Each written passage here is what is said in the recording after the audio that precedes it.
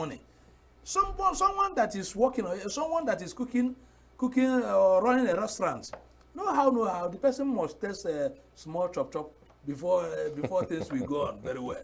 So my political leaders in Igbo land, they are very powerful. They are doing their jobs, but we are still pleading to the presidency to fund Igbo nation very well. Right. Then give us double portion.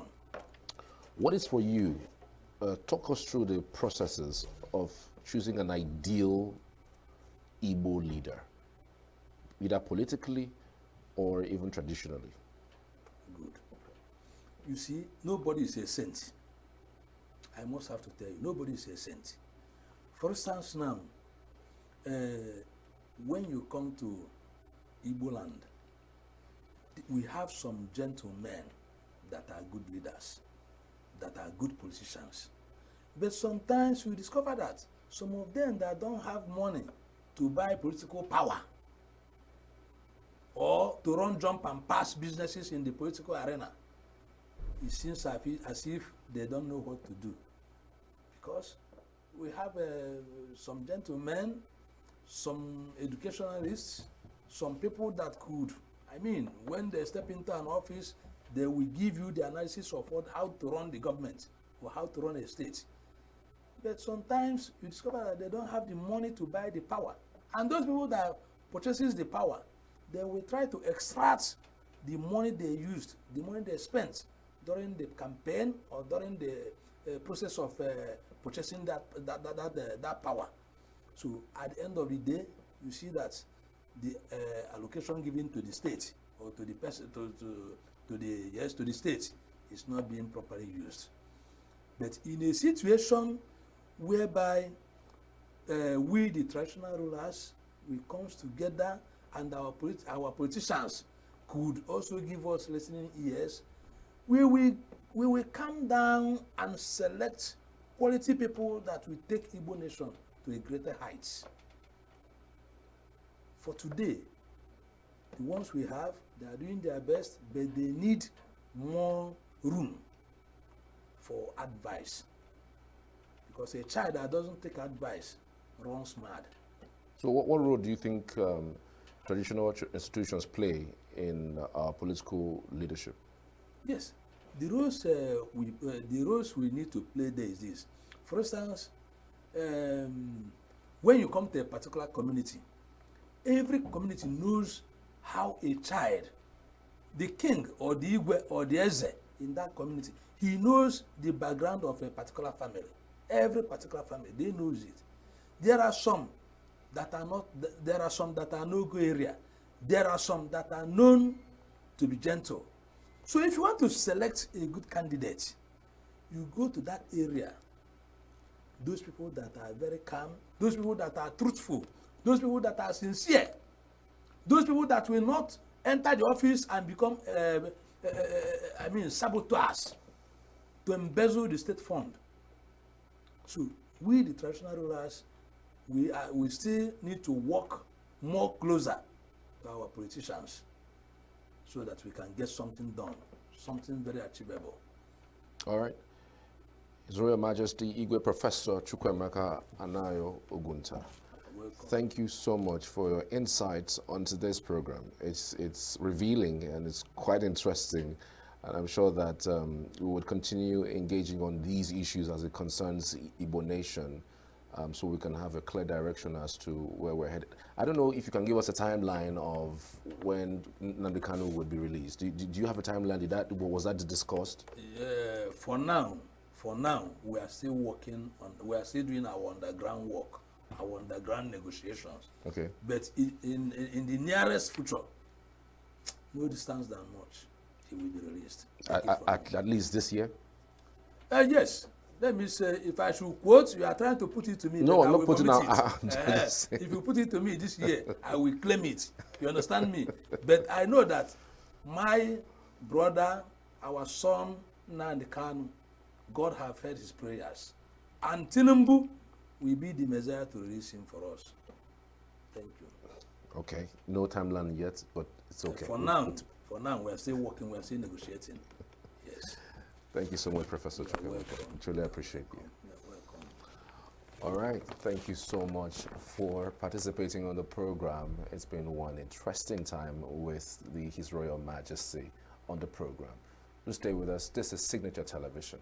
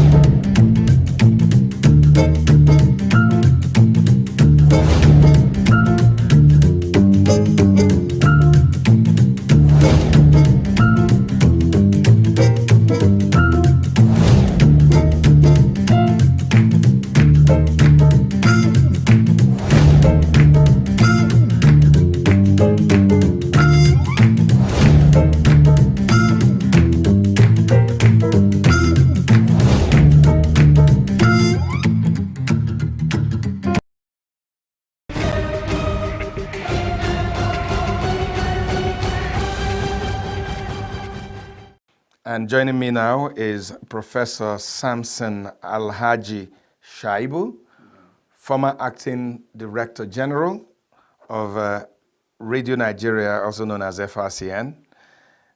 He's now a Professor of Media Studies at the Bingham University in Nasarawa State, very near Abuja. He's a satirist, author, writer, producer, and he has, well, back when he was in radio, he used to produce a program called Zuma Echoes. But many years, even after being Director General, you have continued to sustain this program, Professor Shaibu. But let me even start by saying welcome to our program. Thank you very much. It's a delight to be here. You've continued to sustain this program on social media, Zuma Echoes. There was an episode that caught my attention, actually, where I started looking for you everywhere and wanted to have this conversation. It was the one you entitled Not Yet to Huru, and then the other one that you entitled How Can It Be Well with Us? Prof,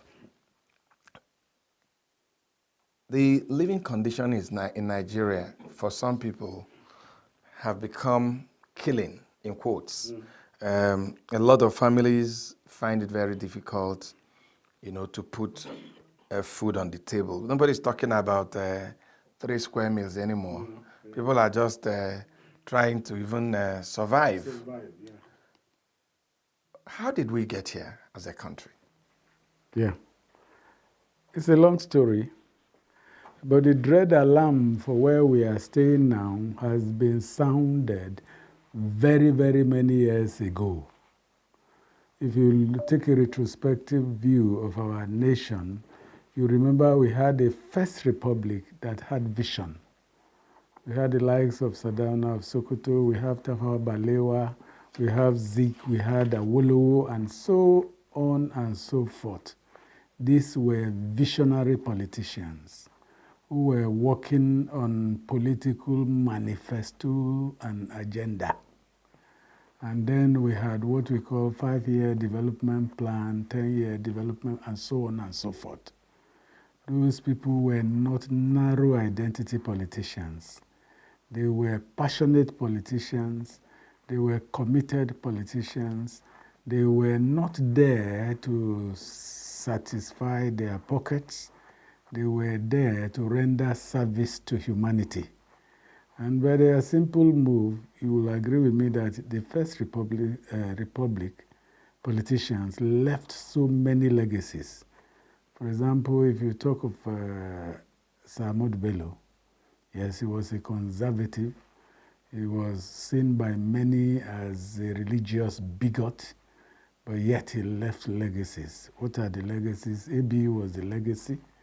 Kaduna Polytechnic was a legacy. There was a Northern Nigerian Development Corporation legacy.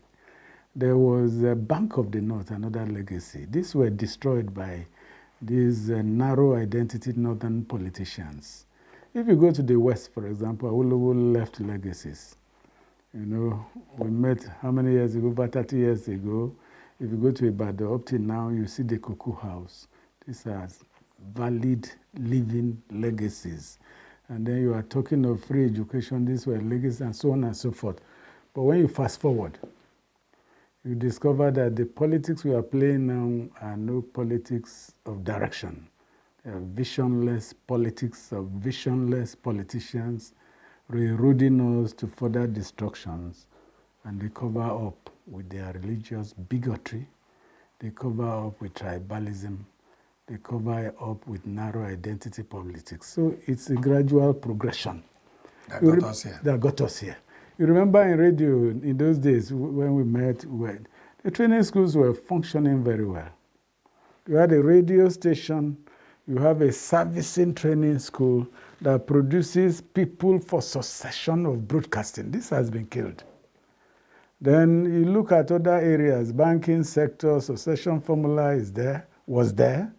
Then you look at the school system, succession formula, they were there. And then you look at even politics. They were building politicians that would take over. We had the likes of Aminu Kano, we had all of them. Yes, they may belong to different parties, but they were united in leaving legacies of progress and development for the nation. So if you fast forward now, what do we see? Local governments that are dead, state functionaries that the governors are despotic and ruling like tyrannical rulers of empires. So, and then if you look again, the media, where we were over 30 years ago, there were dread alarms warning politicians that if they continue doing what they were doing, they were going to sink. Now, the First Republic politicians did not listen, they sank. Shagari and his group did not listen, they sank.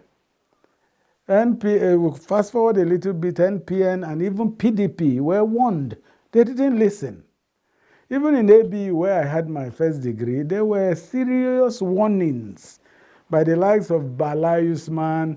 There were warnings from the Southern universities, from the likes of Professor Escott Toyo, Patrick Wilmot, ABU, and they were warning. And they came up with a theory in ABU in those days.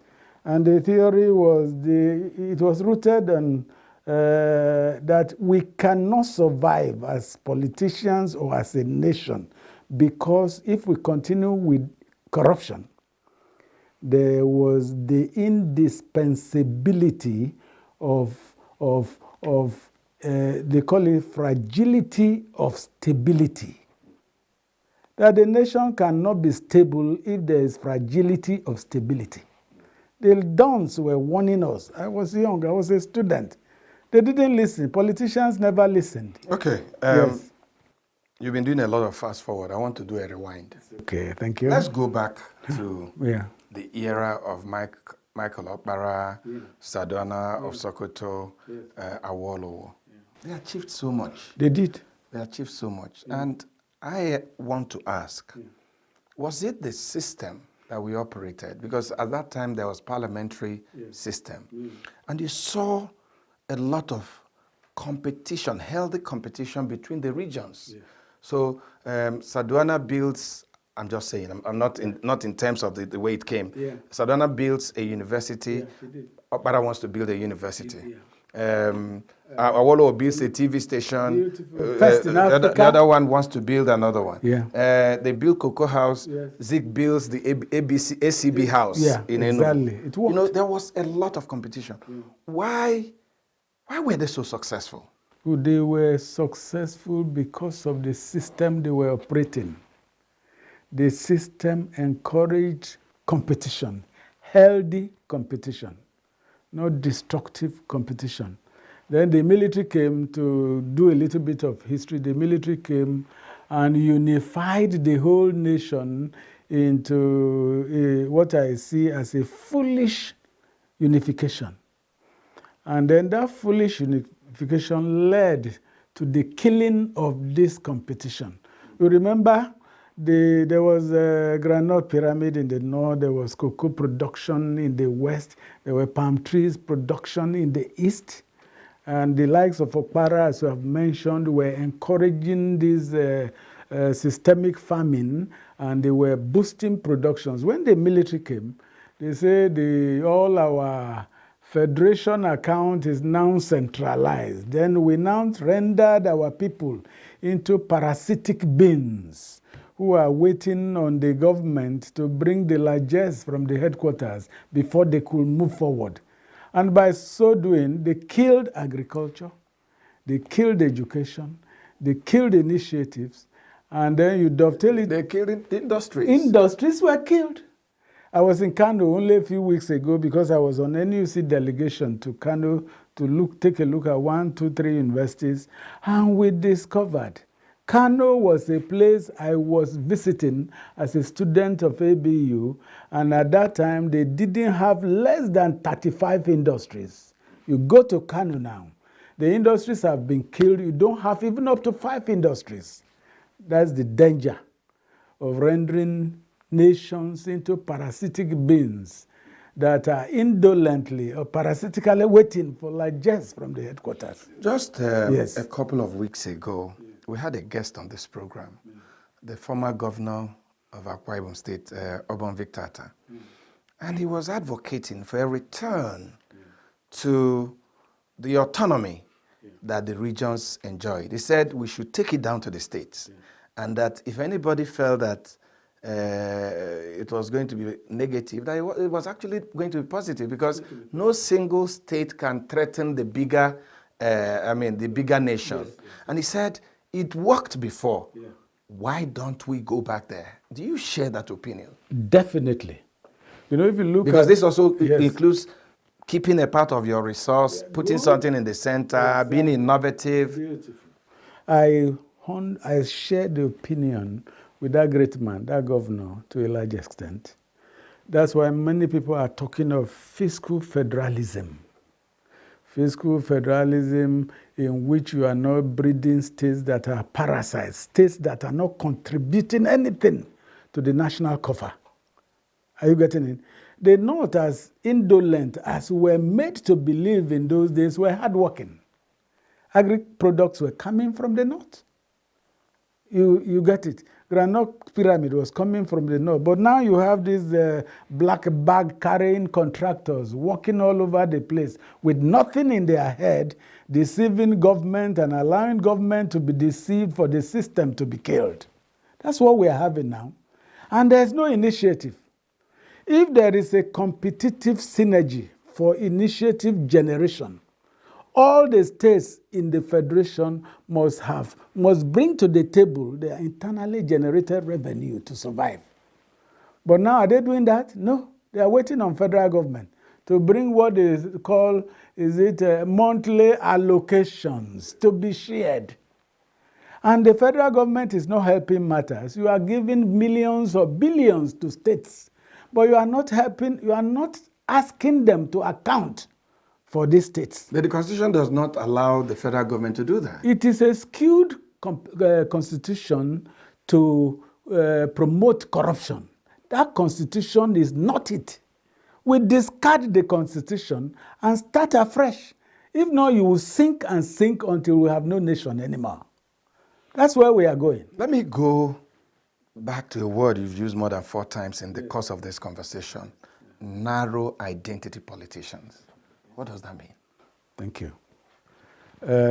If you look at our systems now, let's take a look from Buhari era. You came as a president of the nation. You used your mouth to say you are president of the whole nation, not a president of a few. That was a statement. But you are empowering people. And then you empowered only your own people. Do you know Buhari succeeded in destroying himself, his regime, because if you have people of like mind in your cabinet, it's like when you plant bananas, you reap monkeys. People of like minds, kowtowing to the puhu of leadership. How can you get progress? That's what happened in Buhari's regime.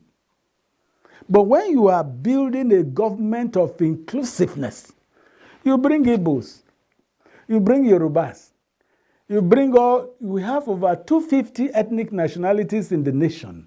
You are bringing these over 250 brains. But when you go to your own state, you now cook out only members of your religion and your tribe.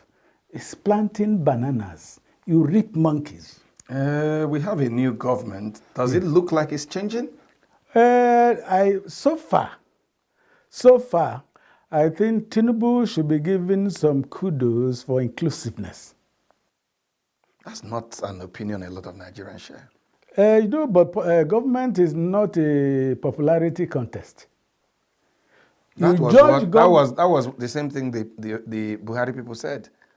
And now you're saying now that it's not a popularity contest. And Nigerians really don't think that there's a marked change from the Buhari regime to the Tinubu regime. Let me take an example of where we are now, Abuja. Yes. I've been in Abuja since 1980. Are you getting it? I've seen ministers who have ruled. They are not one, they are not two, they are not three. But when you dovetail and compare them with the present minister, no matter the outcry against him, you could see work going on in all sectors. The roads are beginning to pick up in Abuja. If you say government is a popularity context, Wike is not popular, but he's productive. We had what do you call them now? Ministers of Abuja who were, so to say, popular. They sat on land allocation to narrow identity, kit and kins. Now you're talking about Wike. Not that he was going to be part of this conversation, but now that you're talking about him, what would you say about the controversy about his priorities moving forward? I mean, some of the things he has put up in his budget for the FCT, renovating the vice president's quarters for 2.5 billion, and then building another one for several billions. And the senator representing this federal capital says, yes, we need to build a cultural center. We need to do this. But we have other priorities that we should focus on. Do you agree with what she's saying? Now, let me take it one by one. A leader must have vision and mission. If you don't have these two, you have no business in leadership. Wike has outlined his vision and mission. Among those vision and mission statements, you may have the good, the bad, and the ugly. It's natural with human beings. Now, if you look at it holistically, they should comparatively judge Wike with performances of previous ministers. You look, for example, take a look. Let's rewind a little bit. What are the national monuments that have been raised in Abuja for the past 8 years? I'm not a fan of Babangida, but you will agree with me that the National Assembly was built by Babangida, isn't it? He contributed. The villa, we are staying Babangida, ECOWAS, Babangida, and you can go on naming them. These people who are accidental leaders in our society, can you name legacies in front of them? You are talking of the road, the dualization of the road, maybe 10 lanes from here to the airport. That was done by Jonathan. These are legacies. Now, if you take ministers of Abuja one by one, and what legacies can you name in front of their name? For example, we are in this village now, they call it Mamman Vasa village. I told you I was close to Vasa. And this is a legacy. The vision and the mission were concocted by Mamman Vasa. He may not get fruition in his period, but many years after, we are talking of over 30 years ago, nobody can remove vision and legacies from leaders. So this is what we are talking about. Yes, they may have some negative policies, I can't see a sovereign nation building mansions for public functionaries and they are calling billions in the face of mass poverty. And you see that as a vision. That's a negative vision. So I won't agree with Wike in that area. But you can agree with him that he came, he wanted, for example, see, leadership without innovation is like soup without salt. People were sitting on Abuja ministerial seat before. They were waiting for allocations from government to do their projects. They didn't even know how to collect tax. You are getting it? The man has come with a formula for tax collection. He's doing one or two things. Apart from the federal grant to him, he's generating revenue within. So this is leadership. Okay. Yes. Let's go back to Zuma. Yes, echoes. It offers you opportunity to mirror society, Exactly. to satirize, Yeah. to use that subtle platform to hold leaders account. Yes, exactly. Yeah. Why did you choose to use that medium? Of course, you're a professor. Yeah. You have the lectern where you teach the future generation. Yeah. Why do you think it's important for you to go out to the social media also to use this platform? Good. You know, Vin, we didn't start yesterday. And you know where we are coming from. Yes. Many years ago, we were in the training school, we were in FRC, and we were in broadcasting. And as young boys, you and I, you believe we had a mission and a vision for the greatness of our country, Nigeria. And then you have no political power to actualize those vision and mission. But we had a power in our hands. That's the power of the pen. That's what we have been using over the years. Zuma Echoes, in the first instance, started as a radio drama program. It was a bitter satire on society. It was created to make Zeke had a statement I liked very well. Zeke says some of these politicians we are seeing now are nattering nabobs of negativism. You see, the Zuma Echo was created to satire nattering nabobs of negativism in our politics, in our economy. You have to break this down. Those are people who are accidental politicians. They have no mission. They are there because they claim to represent their people. And their people, if you ask their people, the people will tell you that they are not representing them well. So these are anachronistic politicians who are deceiving themselves that they are representing amorphous people that they are not carrying along. So these people must be exposed and ridiculed. Zuma Echoes attempts to expose these people so that they can laugh at themselves, they can cry at themselves, and they can think about themselves. And in thinking, they will move the nation forward. Let me give you an example. I was a beneficiary of Sardauna's program. When I call Sardauna, I'm talking of the likes of Zik, the likes of Okpara, the likes of Awolowo. If you see a Western man claiming that he didn't benefit from Awolowo, that's a bastard Western man. I benefited from Sardauna of Sokoto. I was in a village, a son of a poor man. I passed common entrance because there was what we call a northern common entrance examination. And then when those who passed, they send you to unity schools or star schools. That's how I passed. Secondary school, I was sent to a foremost GSS. No, there were less than 5 or 6 GSS, popular ones in the north. I was taken to one, GSS Dikina. Then after Dikina, I was taken to Federal Government College, Kaduna, for HSC. I had no godfather. I have no politicians to write a note and give me to go to Federal Government College. But today, can the son of a poor man do that? No. You must have a minister, or you must know somebody who knows a minister who must give you a note to do this, senator, whatever, before you are fixed. Or they ask you to pay money. Or they ask you to pay money. And in the system, there's a statement again, Roman Empire. They say every system has a negative capacity that is inbuilt for self-destruction. Politicians in Nigeria are self-destroying themselves. Instead of you putting a bill for the general masses, you are putting a bill for your pocket. Tomorrow there will be restiveness, and then you self-destruct. Now, we should take warnings from what is happening in the West African sub-regions and Africa. You know, there are coups coming up now. Why are there coups? Coups come because of lack of democracy and good governance. And we must sit down to identify democracy. Democracy is not militocracy. Democracy is not garrison democracy. Democracy is not selection.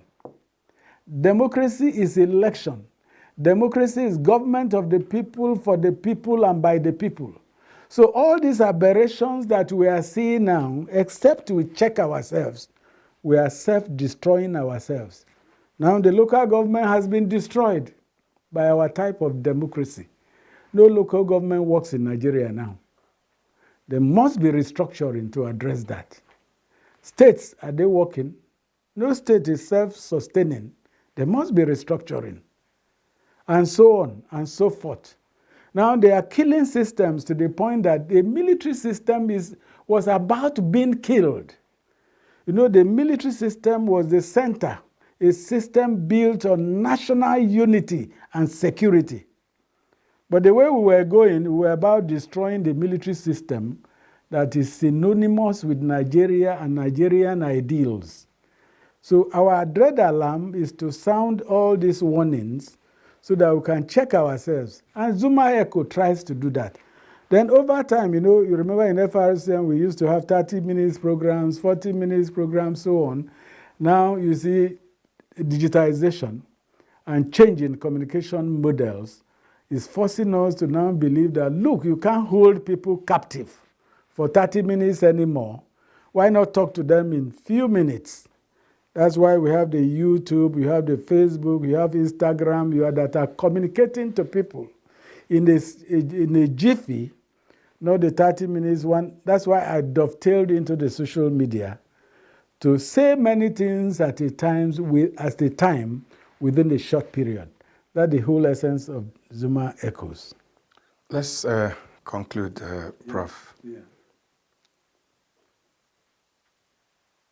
Sometimes when one watches television or listens to radio or goes on social media, a lot of people get scared. I get scared sometimes about the future of our country, about the future of our children, about the unity of our country. Please, as shortly as you can, how do we navigate out of this seeming quagmire? Yeah, the only way out is fiscal federalism in this restructured Nigeria. Because, let's even go a little bit, let's say what people are scared. You cannot heal a wound when there's iron built inside the flesh. The surgeons will tell you before you do effective healing, you must remove the external body, the iron first, before you. There are so many ions in the Nigerian system. Then some writers say, look, all lizards lie prostrate on the ground, but no one can tell the one with bellyache. All the ethnic nationalities, over 250 of them, they have political bellyaches rooted in marginalization, segregation, cheating, lack of promotion, blackmail, labelings. Are you getting it? And you feel you can build a nation along that line? It's impossible. Why is America great? America is great because of inclusion. I cannot tell my children to begin to hate Igbos, hate Yorubas, hate Hausa Fulani. My children will tell me that I am analog in thinking. Are you getting this? Is the modern child. They are not thinking in the primitive retrogressive way. If Nigeria wants to move forward, recognize the Igbo's capacity in skills and industry. Recognize the Yoruba capacity in banking and finance. Recognize the Hausa man's capacity in agriculture. And recognize the other over 250 ethnic nationalities. They have capacities. But these capacities have been killed over time. That's why all tribes in Nigeria, all religions are lying prostrate like the lizards. They all have belly aches. And except to cure the belly aches, the nation is just, and our politicians are just merely indulging in what we call verbal orgasm. Those are political orgasms, full of sound and fury. Cannot take Nigeria anywhere. Prof, I think that's where to leave this. And I must thank you for your time and for coming on the show. Thank you. Thank you so much. Thank you.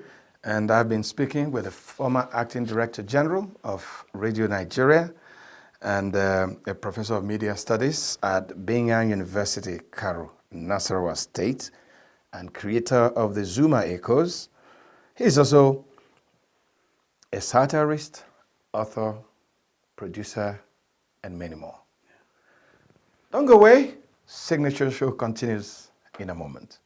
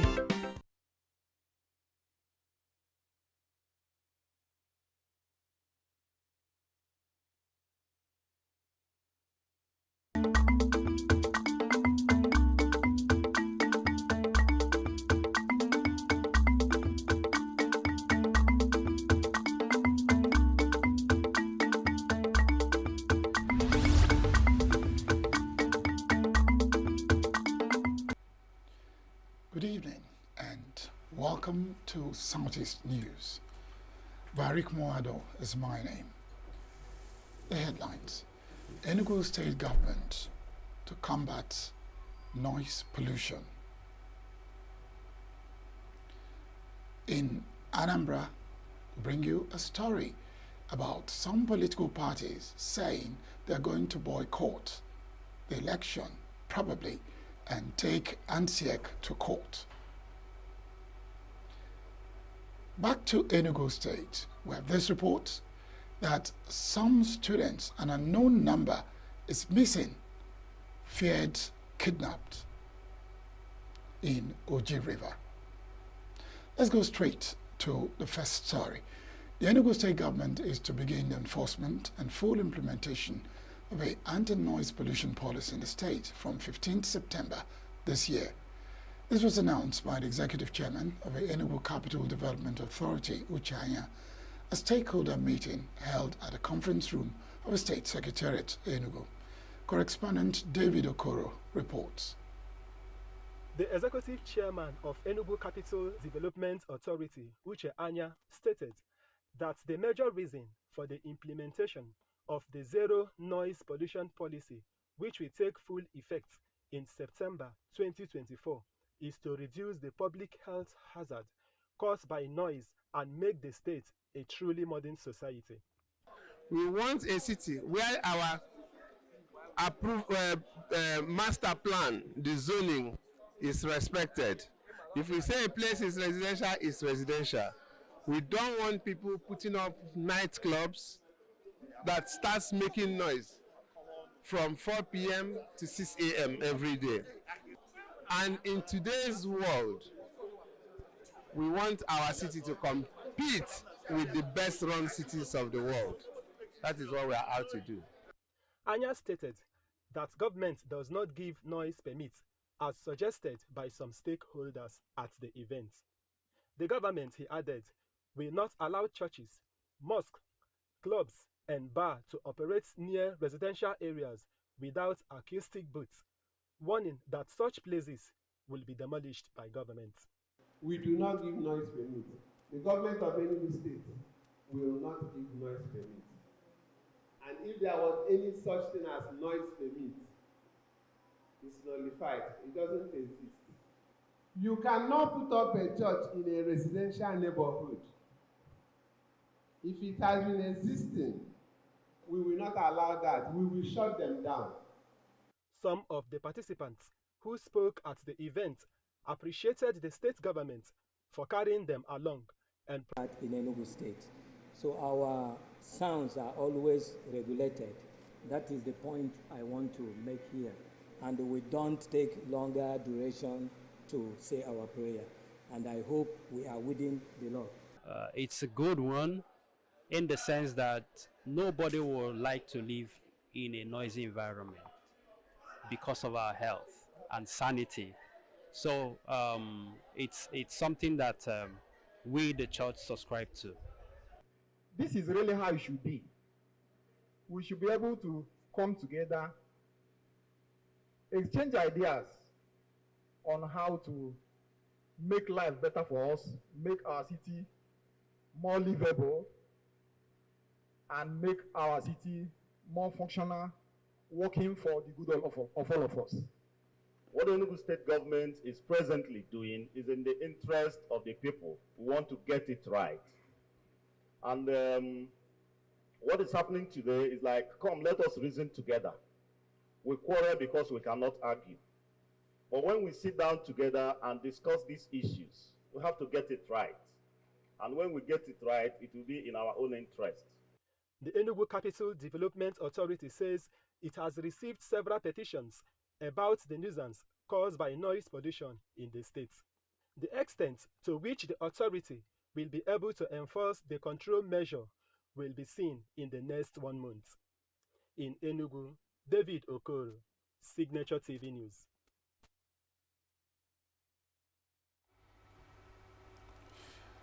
So that's our first story. But we'll continue. Young Nigerian pharmaceuticals have been tasked to find solutions to many debilitating illnesses plaguing the world through intensive research and commitment. The Registrar of Pharmaceutical Council of Nigeria, Ibrahim Ahmed, gave a charge at the 13th induction and oath-taking ceremony of the Faculty of Pharmaceutical Sciences, Nnamdi Azikiwe University, Agoro campus. The report by Okabero Chief Ndu Okpeleze is read in our studio. The registrar, who was represented by Ifeyinwa Oheri, a pharmacist, charged the inductees to acquaint themselves with the code of professional ethics and relate well with other professionals wherever they ply their trade. He recalled that the indigenous pharmaceutical industries came in handy during COVID-19 when foreign countries could not export drugs to Nigeria. The Council frowns at professional misconduct in its entirety. You are advised to refrain from any act of misconduct, as this will be treated with all the seriousness it deserves. Kindly note that the PCN Act have provided for establishment of investigative panel as well as disciplinary tribunal. We all know that if a doctor makes a mistake, it's very likely just one person will die. But if a pharmacist makes a mistake, whether in compounding or manufacturing, and the product gets out of the facility, before being recalled, we may have lost a lot of people. So it is very important that you pay serious attention to what you do. The keynote speaker, Professor Kenneth Kalu, who spoke on the theme Brain Drain and Young Nigerian Graduates, Immediate and Long-Term Implications, said it was unfair to blame the young professionals for seeking greener pastures abroad when the nation's leaders have failed to provide them with good working and living environments. Professor Kalu, who is the secretary to the Abia State government, said there was an urgent need to re-evaluate the nation's reward system so as to encourage young professionals. He said no effort should be spared to ensure the strengthening of the purchasing power of the Naira and improving the country's security architecture. According to the UK Immigration Service, 13,609 Nigerian trained healthcare professionals were granted work visas in the country in 2021. Beyond the UK, tens of thousands of doctors, of nurses, of pharmacists like you, and other healthcare professionals present in Nigeria are currently in active practice in other developed countries, especially the United States, Canada, the EU, Britain, and other countries in the Gulf region, including Saudi Arabia, Kuwait, and United Arab Emirates. Pharmacists are also not left out of this massive force. According to the Pharmaceutical Society of Nigeria, an estimated 7,000 pharmacists left the country between 2021 and 2022 in search of greener pastures and access. My estimation is that between 2023 and now, hundreds, if not thousands, of pharmacists present in the country, mainly also from this faculty where we are today, must have transferred their skills and vision to several other foreign countries. So I do not think we need a long lecture on why thousands of medical professionals present in the country are in their line to leave. No, you already know the answers. Okay? These young and middle-aged professionals are leading to places where they are better rewarded, where the economy is better, where the currency has stable value, where the politics is stable, where they do not have to live in the virtual field of affairs and all of criminals, and where they can grow in their children.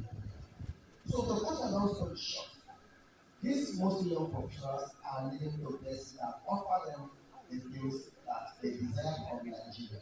Labour Party flag bearer in the 2021 Anambra State gubernatorial polls, Valentine Ozigbo, in a remark on the occasion, expressed the hope that Nigeria would in the near future evolve measures to check the high incidence of brain drain and encourage the influx of foreigners into the country. And some of us are staying back to fight so that tomorrow, maybe it will be the white people that will bring the jaguar into Nigeria. This is our pledge, our promise. Kenneth, thank you for this. When he got this job as SSG, I was one of those he consulted with. Should I leave what I'm doing in Canada to come to as he had the option to come here and contribute? And I'm so proud of what he and his governor, Alex Sotsi, are doing in Abia State. We are very, very proud. The Dean Faculty of Pharmaceutical Sciences, Nnamdi Azikiwe University, Agolo Campus, Professor Chibeze Ihekworome, said the faculty plans to establish a community pharmacy service within the school to provide Agolo and nearby communities with genuine drugs. He announced the intention of the university to provide a solar light project that will serve the university campus as the cost of diesel is getting out of hand. This solar power project. The cost of energy today is so huge that our IGR and the poultry sums we receive from the government fade into insignificance. To achieve this solar power project, we have segmented energy needs into 7 different portions. The total cost is 62 million. Each segment has an average cost of 8.8 million. I use this opportunity to call on all present, friends and stakeholders to partner with us to make this vision a reality. The chairman on the occasion and Southeast Zonal leader of the Manufacturers Association of Nigeria, Adachukwu Dozie, congratulated the young graduates for successfully completing their programs. Some students are being kidnapped at Oji River by suspected herdsmen. The incident occurred on Thursday by 4 p.m. at the School of Health and Technology, Oji River, ENUGU State. The male victim who escaped said that the suspected kidnappers had taken some of them. The victim, with his body full of blood as a result of machete cuts, confirmed that he was kidnapped alongside many other students of the school, but he managed to escape.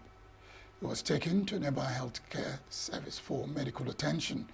The incident has been reported to security agencies in the area, but as at the time of this report, the ENUGU State Police Command has not responded to our requests. Major opposition political parties in Anambra boycotted the interactive forum organized by Anambra State Electoral Commission on Thursday.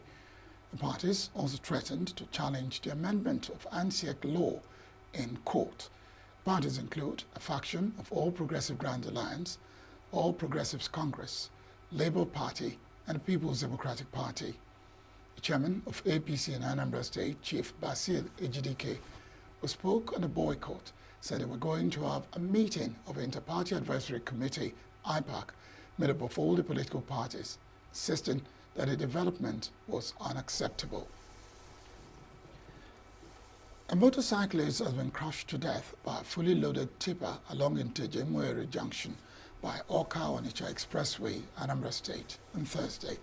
The incident occurred at about 11:30 in the morning between an unidentified driver of a commercial Mercedes tipper registration number XA158ZT and a driver of the motorcycle with no registration number. The probable cause of a fatal road accident crash was attributed to wrongful overtaking. Residents along the area have lamented that the interior area of the ever-busy expressway has become notorious for road crashes, accountable for several losses of lives in recent times. Eyewitness account said while the motorcycle rider was trying to overtake the tipper, it lost control and fell, and the tipper rammed into him and crushed him. Sources said 3 male adults and 1 female adult were involved in the crash. One male adult was killed, 1 female adult was injured, and 2 other male adults were rescued and hurt. Confirming the accident, the Acting Sector Public Education Officer, Federal Road Safety Corps, Margaret Onabe, said the dead victim had been taken away by family members to Aguileri community. We now take a break. When we come back, we'll be talking to one environmental expert, Wilfred Okeke, is here with us in the studio. Just stay with us.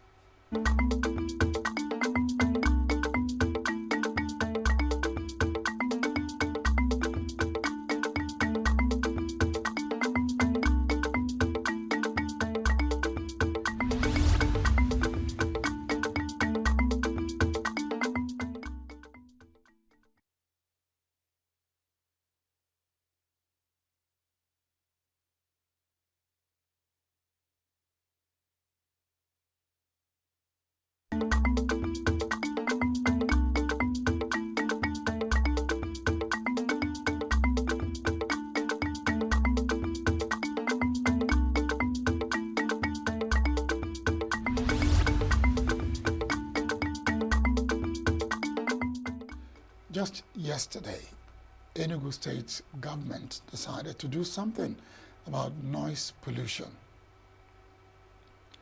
I know some other states have talked about noise pollution, Kaduna, Lagos, even FCT, they talk about it. But Enugu State is getting on the bandwagon. But the big question is, what is the accepted noise level?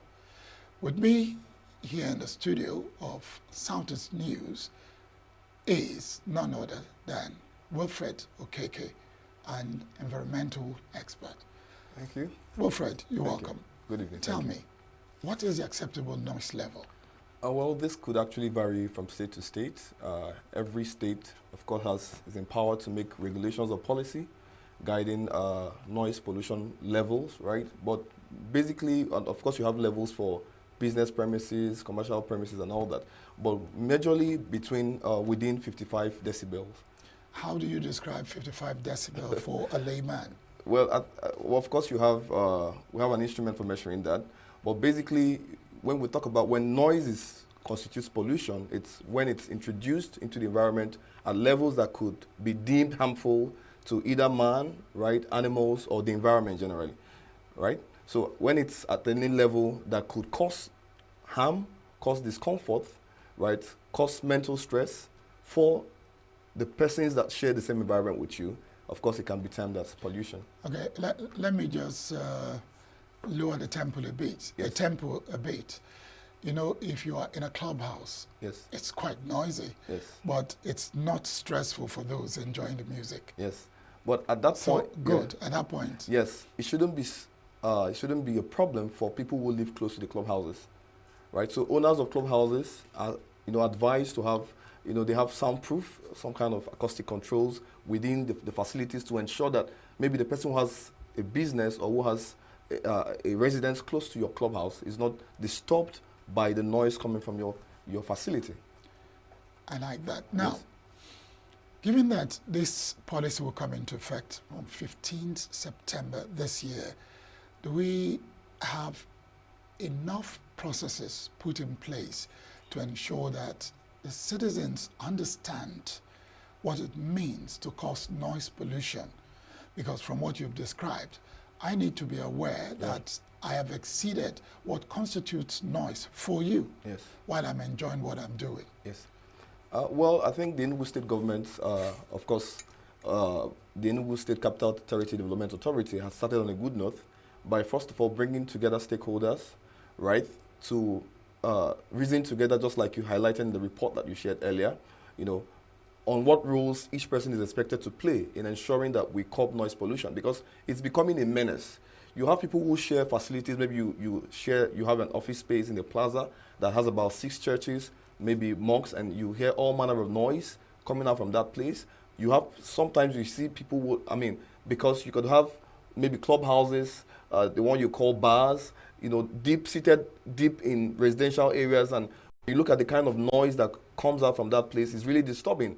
I'm saying because I have one close to my house and I know what we go through when it's Sunday night, when it's, whenever they have events at that place, right? So basically, everyone has to be part of this in creating awareness, right? I already saw on social media some people are saying that government is trying to gag religious bodies and all that. That's not it, right? In every sane society, everything has to have permissible limits, right?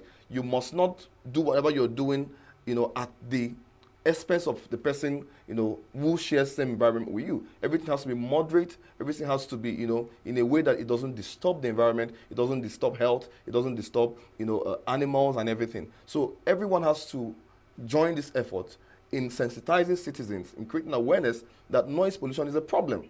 People who are critical thinkers, people who work with their brains, cannot work in such environment. And of course, it's not even ideal that maybe when we have visitors coming into the town, everywhere is looking so unkept, noise from everywhere. When you go to the market areas, noise, places that are supposed to be reserved, noise everywhere. That doesn't make an ideal city. So Enugu State has, taken a good step, and so we must support them in ensuring that we make our city, serene and ideal. Yes, but no. Okay. Why did I say yes, but no? Let's get back to the basics. The way you did say, from where you live, you have churches around there. Yes. Now, from the planning stage, because I recall that the report did talk about the original plan. So plans are approved. Yes. Building plans are approved and cited in certain locations. Yes. So where were those who were supposed to guard against this scenario where you have churches close to residential buildings and stuff like that, nightclubs close to residential buildings, filling stations in residential areas? At what point will we get to that point where we say enough is enough? Is it this point? Because by the time you begin to work towards achieving the deadline of 15 September, you hear more arguments come up. Yes. Are you going to demolish buildings? Or you're just going to strengthen the acoustics used in these facilities? Yes. So you and the environmentalists, yes, which way forward? Well, this is really dicey because if you want to begin to talk about it from that aspect, of course we will indict, you know, the regulatory agencies that gave approval for some of those things to be there in the first place. Because when you look at town plan, right, there are places that are marked for maybe public spaces, churches and all that. And so when you look at our society, some of these plans are no longer enforced, all right? And if government goes by trying to maybe demolish so that some of these spaces will give way, that will be, I mean, that would be a wrong way to go about it, especially going by the prevailing economic circumstances, right? So, but what we're saying, and I think what the government have said, that things like this, that maybe when you have a facility that emits noise, it must be done within the threshold, you know, within the permissible threshold, so that it doesn't constitute a problem, right? So if government goes ahead to demolish, people will cry out about that, and that's not the sensible thing or the right thing to do about this point. But what we're saying at this point, let people who own these facilities have put in place measures to make sure that noise pollution from their facilities are within acceptable threshold. And that's what we're saying, right? So that has to be done so that, of course, not to compel government to take the next action, right? So that has to be done. And of course, government also should also begin to look at, going back to the master plan, going back to look at who were the officials that gave up these approvals, right? There should be, if they are investigated and it is seen that they didn't follow acceptable guidelines or standards or whatever, they should be reprimanded, right? There should be some kind of reprimanded for some of these culpable officers, so that it will serve as a deterrent, you know, so that when we have a plan, we stick strictly to this plan. It's not biased, it's not compromised at any point, you know, it's not distorted. Let's have that plan. Let it be what it is. Let it be what it is. Yes. Before I let you go, now, we're sure the processes will begin 15 September. Yes. But before then, the enlightenment is just not one stakeholders meeting that will solve the problem. Now, from your perspective and your ecosystem, how would you help both parties? What I mean by both parties is, one party is the government trying to do the right thing, and the other party are those who may be affected while government wants to ensure that the right thing is done.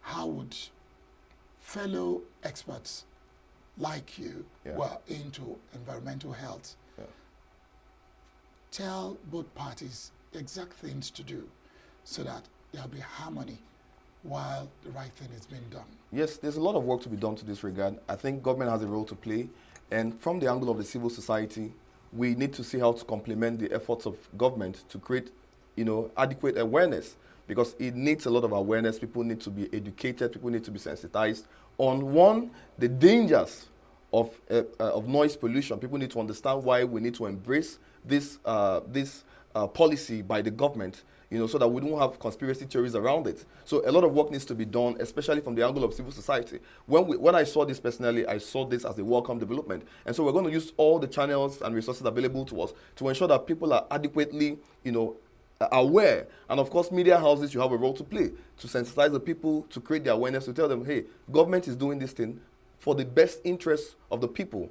It's not being done because government is trying to prevent you from worshiping your God or from, I mean, this is done in the best interest of the people of Enugu State, and the people must be aware of this. Thank you very much. Thank you so much. Godfred Okeke for coming on. Thank you so much. To Southeast News. Thank you. It's been a pleasure having you. Thank you. My pleasure. Thank you. Have a great day. Thank you. When we come back, we'll go to Oji River and give you a deeper version of that story on kidnapping. Stay with us.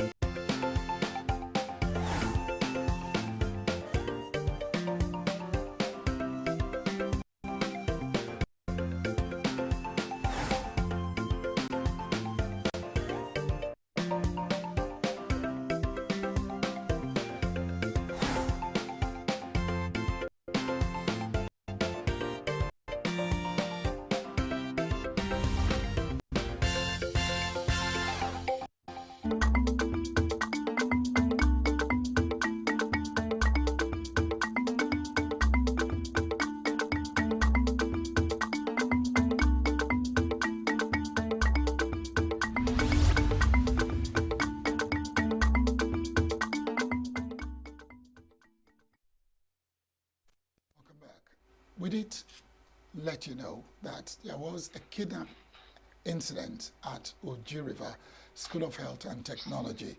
We have with us the CSO of Oji River.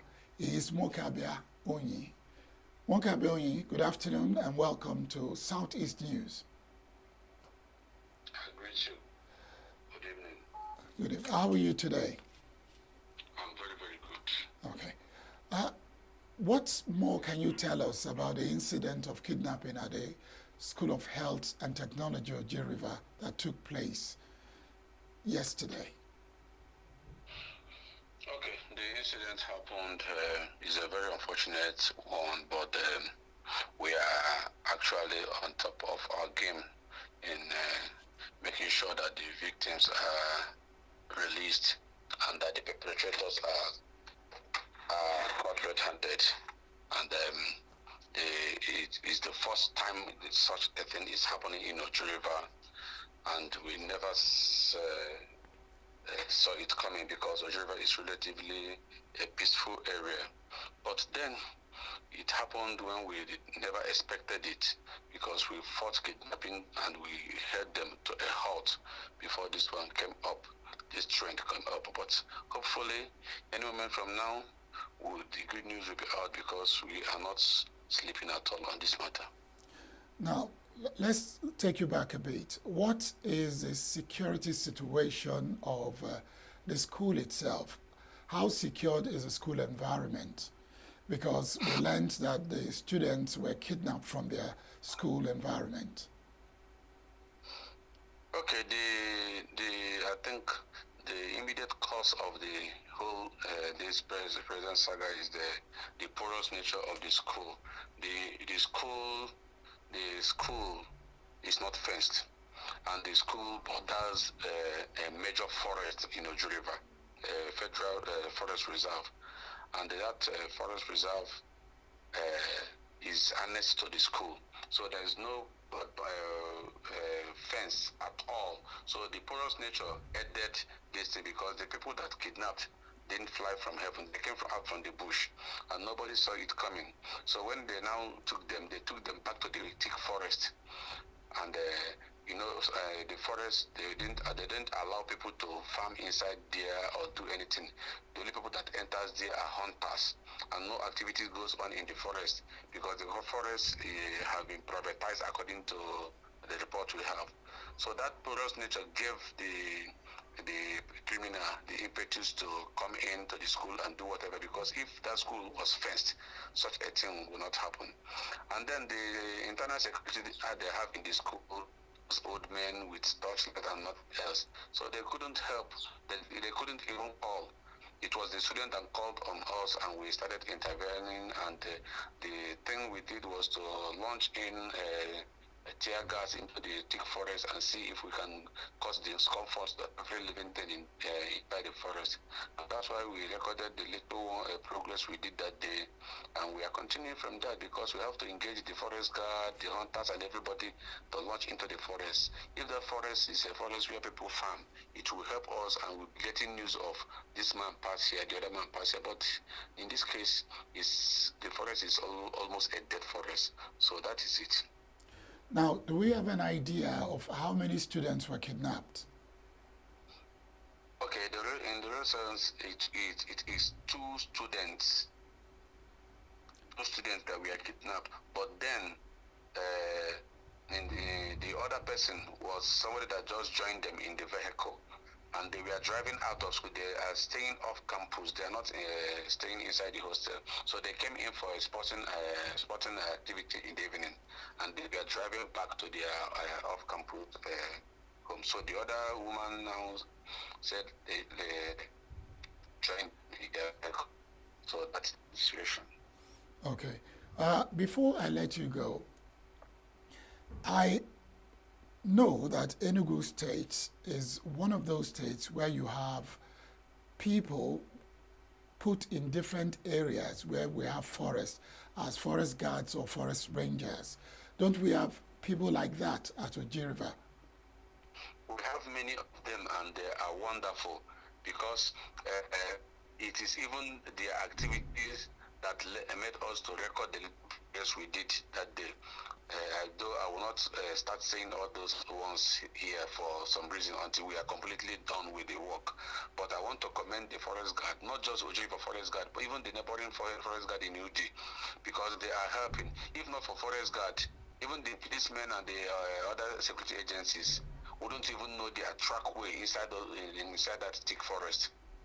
So it was the forest guard that helped us and gave us the track that made us to pursue after this, and the little success we made on that day.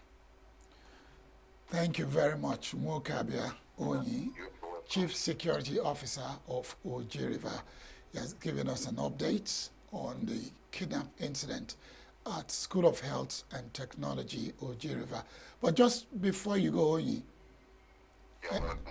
just before you go, the victim that was taken to a healthcare facility, I hope he's getting better.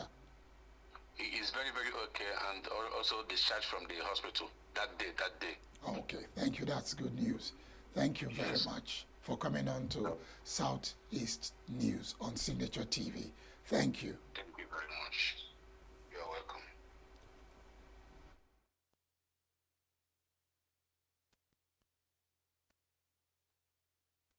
Anambra State. But first, let's take a short break.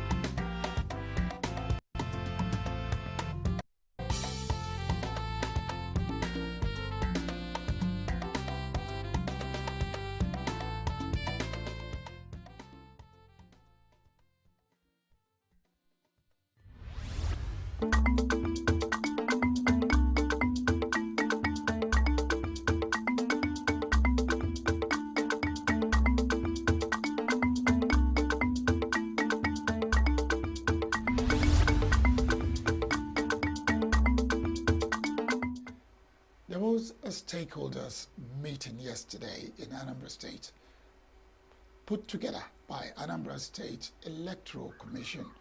But surprisingly, some political parties, major opposition parties for that matter, boycotted the interactive forum organized by the Electoral Commission. Their reason, we'll tell you. But on the line with us is our Oka Bureau Chief, ENUGU Okbaleze. ENUGU, good afternoon and welcome. Yeah, good afternoon, sir. Tell me again.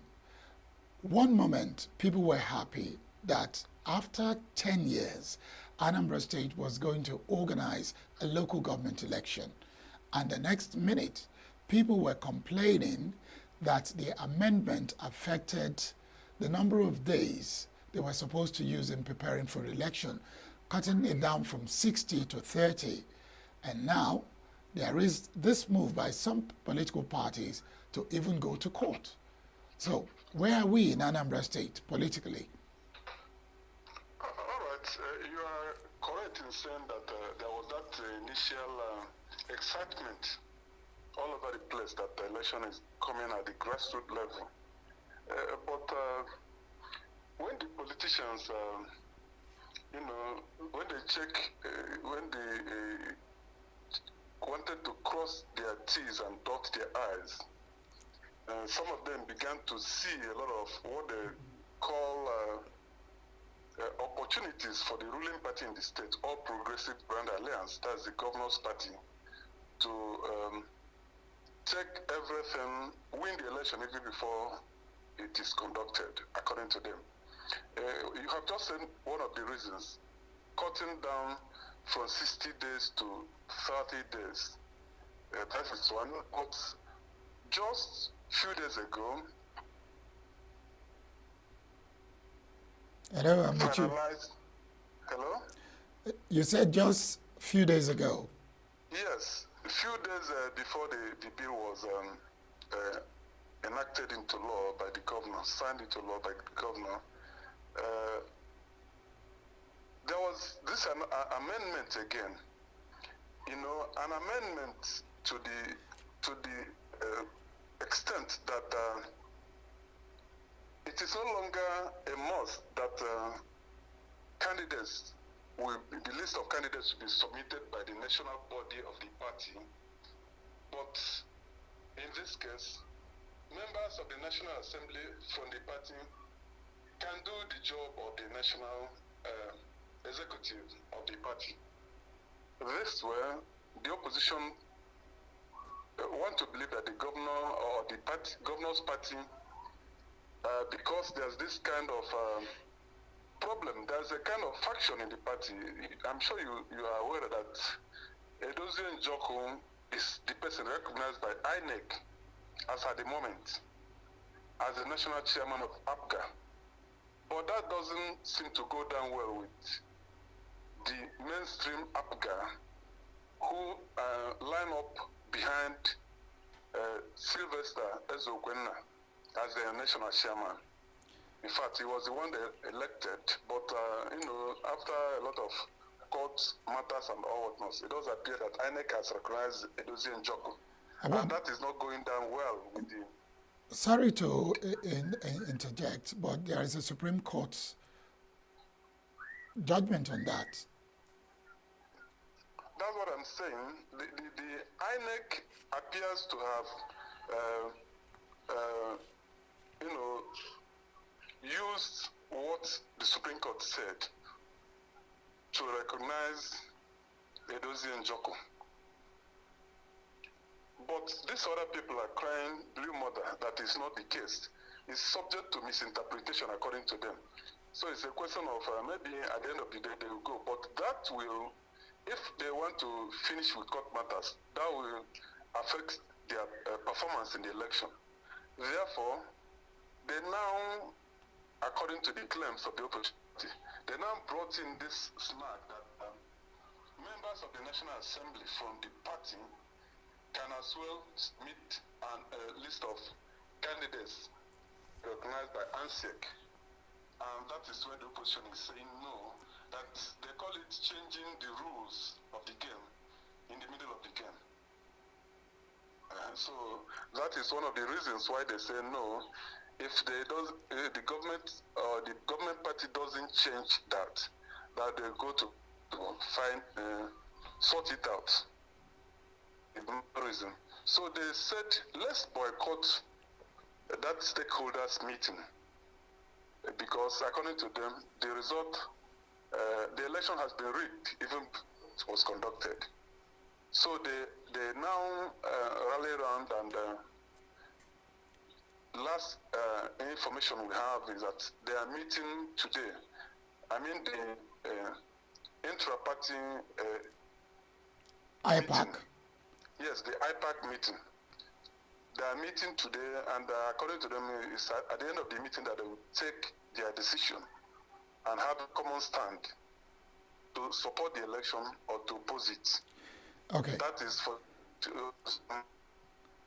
parties. Yes, from your report, the major political parties, major opposition political parties boycotted the stakeholders meeting, but Action Alliance was there.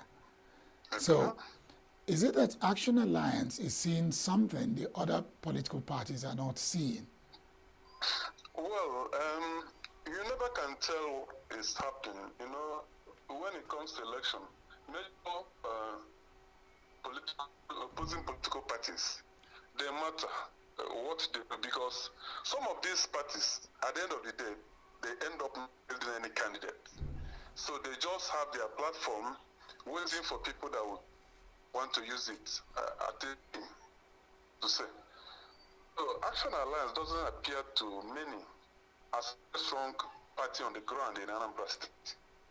Some of these parties, you begin to see their flag once the election is by the corner. That is the case. It's not only Action Alliance. There's also this P going around Trump, mainstream APGA.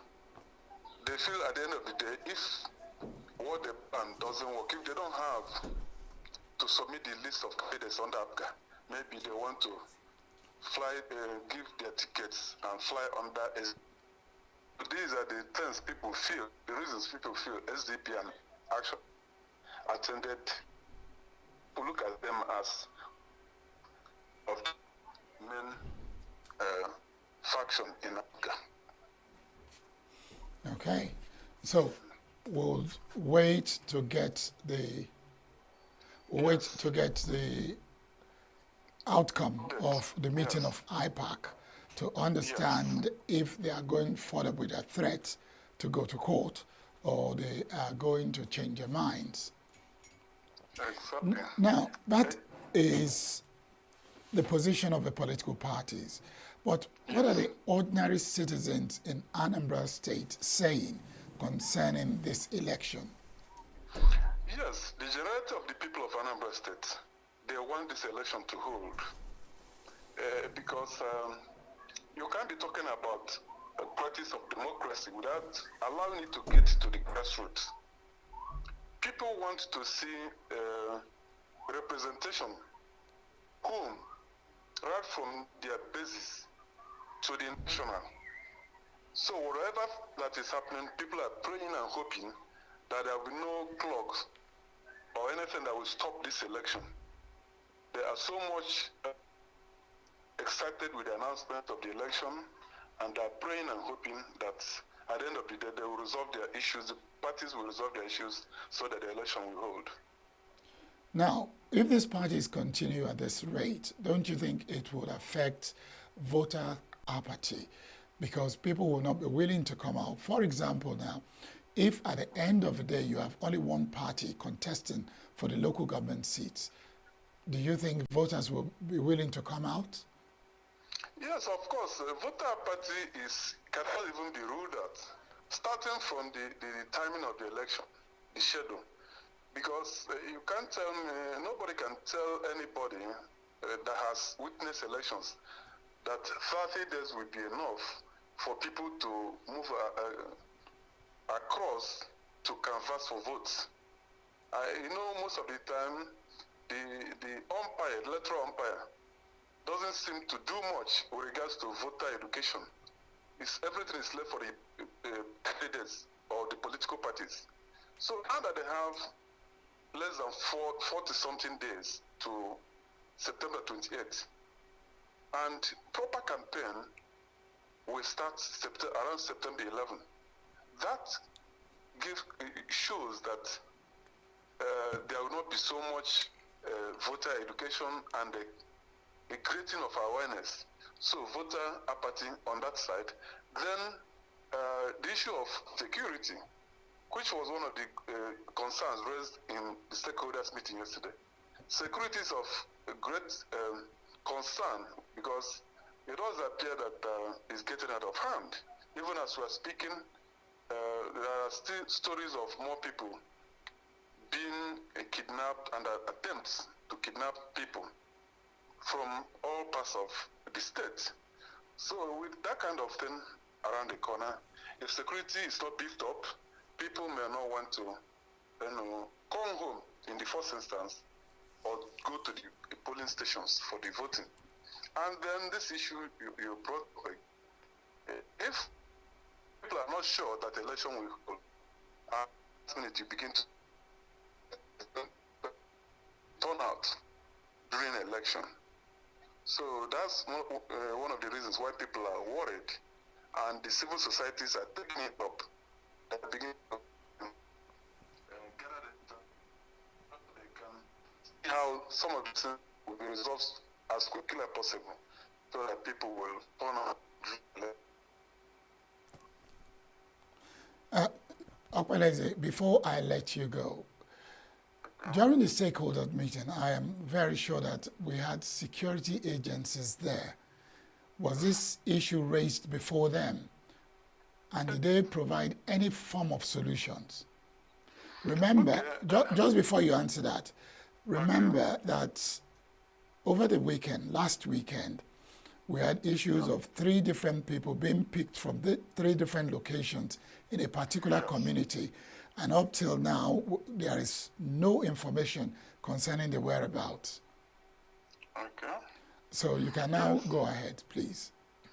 Yes, the issue was raised right before them there, and it's the usual promises and assurances.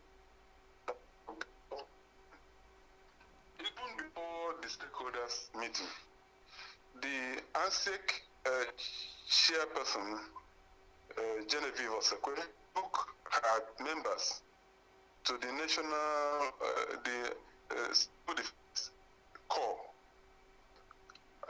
and we view to soliciting for support, and they gave them their permit, and they were all present in that president's meeting. The police, civil defense, all other paramilitary agencies, they were present.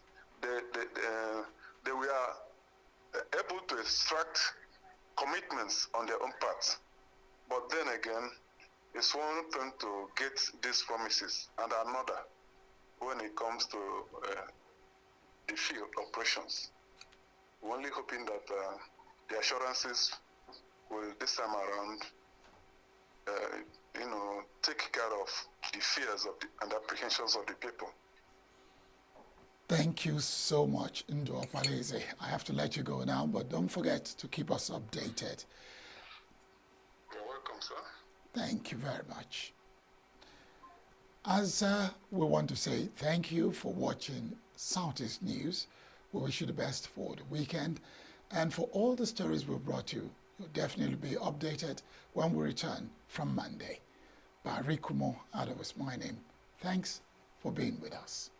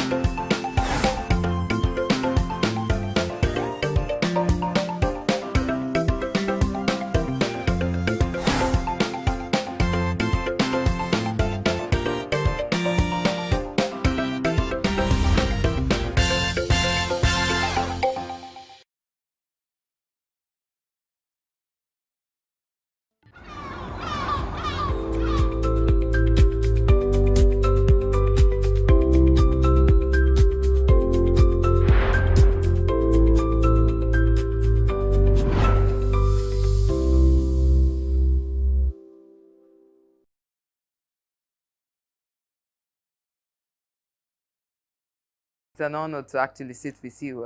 I will just get right to it. I am with Honorable Dennis Nnamdi. I actually would prefer to put Honorable Nnamdi Dennis Abo. He's an honorable member, House of Representatives, representing Ibueze North Udenu Federal Constituency of Enugu State. Good day, sir. Thank you. Nice to be here. How do you feel? How do you feel getting your victory back? Let's just start with that.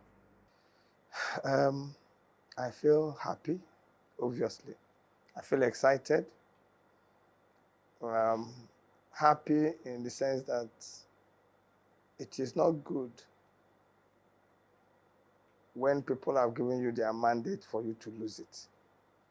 It's, I believe it's my responsibility to keep the mandate popularly given to me, a popular mandate given to me by my people. So when this is threatened, I believe it's my responsibility to chase the mandate and recover it for the good of the people. The reason is that there is, for their House of Representatives, for that particular constituency, that's a person they want to represent them. My people have somebody in their mind, and that person is me. They want me to represent them. If they therefore come out and vote for me and give me their mandate, and then somehow, because of the ills and the failings of society, that mandate is threatened, it is my responsibility to pursue that mandate and recover it. In fact, the recovery of mandate is an additional proof that you are able to discharge the responsibilities of the mandate. First of all, reclaim that mandate on behalf of the people. It is not good for, the worst thing that can happen to society is that people exercise their choice, and that choice is thwarted. It is not good at all. Okay. We learned that during the election, you went to one of the, well, some people dread the place, but you felt it's your constituency, it's part of the people if you were elected to lead. But you went there nonetheless, and a lot of people won't even do that, let alone take their first son with them. What influenced that? Yeah, number one, if you ask me what influenced that, I should say this thing about representing people is about service, and that's the way I understand it. Other people may understand it any other way. It's about service, and to serve, you have to be the least. You cannot be the greatest when you serve. We have examples of service. So therefore, if the people I'm wanting to represent are locked up somewhere called the den of bandits, I cannot pretend or assume that I'm representing them when I cannot reach where they are. These people,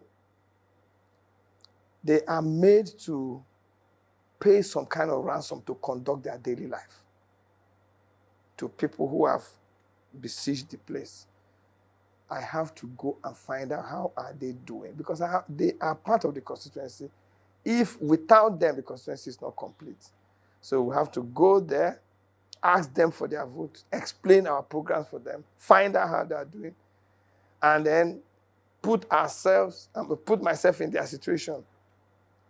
And then that is the best way you can devise a solution to their problem.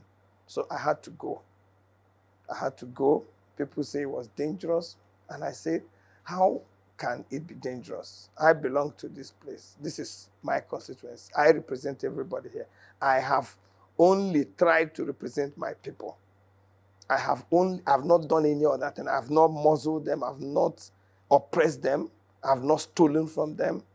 I've grown up among them. And I've not done any evil. I'm not accused of anything that is untoward in my community. I've not taken what does not belong to me. I'm not going to even chase what does not belong to me. I'm not going to try to take what does not belong to me. I've not sent young men to go and play thuggery for me. I've not sent people to go and kill for me. I don't have a band of armed robbers that I breed. I don't have any evil person that can say I am the one lending him protection. I am not part of any evil system. Therefore, why should somebody want to hurt me or to do it? I didn't send anybody to go and rob for me or to go and kill for me. So I have only built schools. I've only intervened on electricity distribution, water, empowerment, name it. These are the good things I've just learned my life to do for them. And they know me. They know I'm not telling them a lie when I tell them, oh, I've built this school. I will name the school. They can associate and relate with the schools or the projects that I've done. Nobody thinks evil about me in my place. So I said, we're going there. Let me see the kidnapper or the bandit that will come and take Dennis Agbo. What are you taking me for? Is it for the bad I've done or for the good I have done? So we went. And then going, I had to show my people that, look, I mean this thing. But they were watching us from their hideout, from their den, and they must have asked among themselves, who is this person coming in here? And they say, it's Dennis Agbo. And they say, look, leave that one alone. I didn't feel, there was nothing like anybody bothering us. Nobody bothered us. Nobody disturbed us. They watched us. We finished cutting trees and putting on the road to enable the cars to pass. And we passed and we continued to where we went to for the campaign. We campaigned successfully. And the people, you can imagine the excitement. I was the only person who ever came there to campaign. No other person did. So today, I am one with them. And they know how and why they can say that I'm one with them. Nobody else can claim that. So if this thing about serving, it takes some of that kind of engagement with your people. Extreme engagement. Okay. What is your plan if your opponent, I'm talking about Atigwe, Honorable Atigwe, if he appeals, what is your plan? My plan would be to meet him in court. If he appeals, we'll meet in court. And, for me, I have found out that if we have to repair our society, it will take some of this work. Okay? For my election to just become a candidate, I went to the court 7 times. I went to the Supreme Court 2 times. I went to the appeal court, this appeal court you are talking about, I went there 2 times. I went to the High Court 3 times. That's how many times and I won all those 7 cases, back to back. Okay, because I will, like I said, I will not take what does not belong to me. But if you want to take what belongs to me, I will fight for it. So if they decide to go on appeal, I'll go and meet them. One thing is true. I will not even go to a family meeting, not to talk of a court, if I lost an election. I won't even complain to a neighbor. I will walk away. But if I have won an election and there's a threat to take that mandate, I will fight it with everything that I've got because my people expect me to do that. And okay, yesterday when this judgment was given in my favor, and I was declared the rightfully elected candidate or member for my federal constituency, come and see the spontaneous joy in my town, in the 2 local governments, everywhere. People were doing cannon shots. People were buying drink, thanking God, going to church, going to mountain, praising God, singing, praising, feeling happy. Everybody. The whole people in my constituency, they were all excited. They were filled with joy. Now, for that joy in the hearts of my people, on their faces, the smile and laughter on their faces, I can do anything. So going to appeal court is normal. If that's the process of asserting that, yes, this mandate is mine. Okay? Now, and I hope you know how we came here, so that it's not like I am anxious at what will happen in appeal court. There can only be one thing that will happen. That's confirmation of my mandate. That's the only thing that will happen. And in all of this, I have God with me, and I take that seriously. I take that one seriously. It's an advantage I have. So I have no fear in my mind at all. I fear only one person. I fear God, and when I fear him, I have no other fear in my mind. Okay. So we'll meet them in court. And by the way, even certain issues that I'm not happy with that judgment, I'm going to cross appeal. So they are going to appeal. Me too, I'm going to appeal. Even though I want but certain things need to be put right. Certain pronouncements of the tribunal that I don't agree with, I'm still going to cross appeal. That is how serious it is. Because we are building our electoral jurisprudence. So as we are going, we are picking the experience, we are trying to correct things. Even my experiences on all this journey will form a mandate I have, even when I go back to the House of Representatives, in terms of making laws and legislation. Okay. I would ask the next question. Are you going to return to the House immediately, or will you wait after the appeal? I want to return. The order of the court is very clear that a certificate of return should be issued to me immediately, and that I should be sworn in and inaugurated into the Federal House of Representatives. So I expect that my swearing in should be immediate. If because the other candidate wants to go to appeal, and they want to wait till they exhaust their right of appeal, so be it. But the order of the court is of the tribunal is very clear that I should be inaugurated immediately, and certificate of return should be issued to me, and the one issued to him should be withdrawn. That's the order of court. Okay. So I expect the court, I expect INEC, I expect everybody to obey the order of court. Okay, you've not actually yet assumed when there was a particular, will I say, bill of some sort that was passed for the legislators, as in talking about slashing their salaries to half. And what is your take on that? It's a token, but it's just like to indicate that, okay, the National Assembly want to be in solidarity with the Nigerian people. Things are hard, that this is what we can also do. But I want to say it's just like a token. More can be done. More can be done.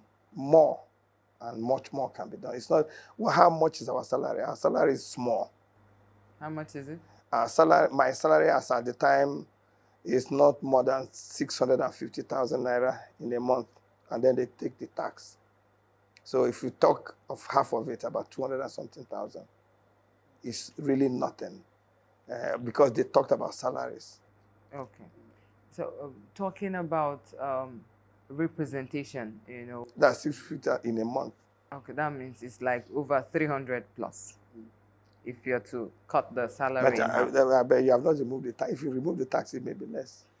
That's why I say 200 and something thousand. Okay. So talking about representation, before you got this far and you got this victory, you knew there were oppositions. Are you going to be, what kind of representation are you going to be doing? Would you carry everybody along, including those that fought against you, or would you segregate? See, there's a saying that it says you dine you keep the devil at a distance. So we want to know the thing is,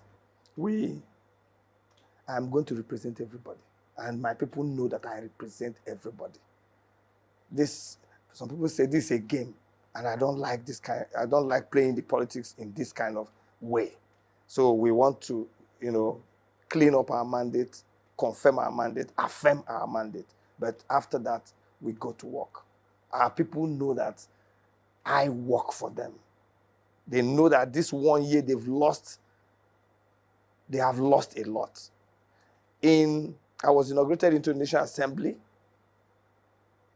in June last year. And by November, when I left my seat in the National Assembly for all these troubles, I had constructed 2 classroom blocks, started from foundation and finished it. One in Oda, one in Umobego. It was rainy season at that time. I was barely saying, so help me God, at my inauguration. And they told me that a classroom block had fallen and children were schooling under the tree. I had to shop around the whole federal ministries and agencies to get an agency that will help me construct the classroom back. So within, let's say, the first month, at the end of the first month or the beginning of the second month of my being in the house, they were already laying the foundation to construct a classroom. And it was finished, plastered, painted, tiled, sealed, everything completed, and then the classroom was handed over to the community. That was done. Then the other one again, the next community now came and said, okay, we have a dormitory. The students don't live in dormitories again. We want to use that dormitory for an examination hall. So to convert that dormitory, we had to pull it down because it was even descriptive. We pulled it down, reconstructed a brand new examination hall. It was also finished, done with, painted, tiled, sealed, finished. Before that November. Before that November, another community called Umagwedeg, they came, that they have made some community efforts to do rural education for themselves. And I say, how far have you gone? They say, okay, they are just looking for a transformer. I purchased a transformer for them with which they were able to complete their rural education project in Umagwedeg. The same thing happened at Umadonowo. They came, almost the same problem. I gave them a transformer with which they completed their rural education project. At the same period, again, within the same 6 months or 5 months, if you go to Boleke, from the market, a distance of about 1.5 kilometers to the church, St. Patrick's, the whole church compound have put solar street lights there that lights the compound completely in the night. Then from the market to that college. It was when we were doing campaigns, and we had to come to this particular church in the night, conducting our campaign, that I looked at such a massive school to be in that state of darkness, no light, no electricity connection there. So I now said, okay, when I get into the House of Reps, this is one of the very first things I'm going to do. So putting solar street light and lighting that entire compound of St. Patrick's was part of the things I also did within the same period. And so on and so forth. So those 5 projects, the 2 classroom blocks, the 2 electricity projects, and the solar street light project, all of them were completed within 5 months. Now, so you can imagine if I have been there for the last 1 year or almost 1 year, this is the way projects will be rising around the constituency. Rising for people in Labour Party, people in PDP, people in other APC, other political parties. The delivery of dividends of democracy does not recognize party. Everybody is a member of the constituency. You can belong to your political party, but you go to the same school that I built. I built a technical college, finished in my first tenure, which everybody attend. Everybody attends the school, whether you are from Labour Party or whether from APC or PDP. Everybody goes to school. So I serve everybody, and our people actually know. I don't play too much of politics. If anything, I'm in a hurry to deliver service. I'm not in a hurry to play politics. But our people know that the best politics you can play is the politics of service. So you could also say that I understand my politics very well. But I play politics through service. And that is the most enduring kind of politics you can play.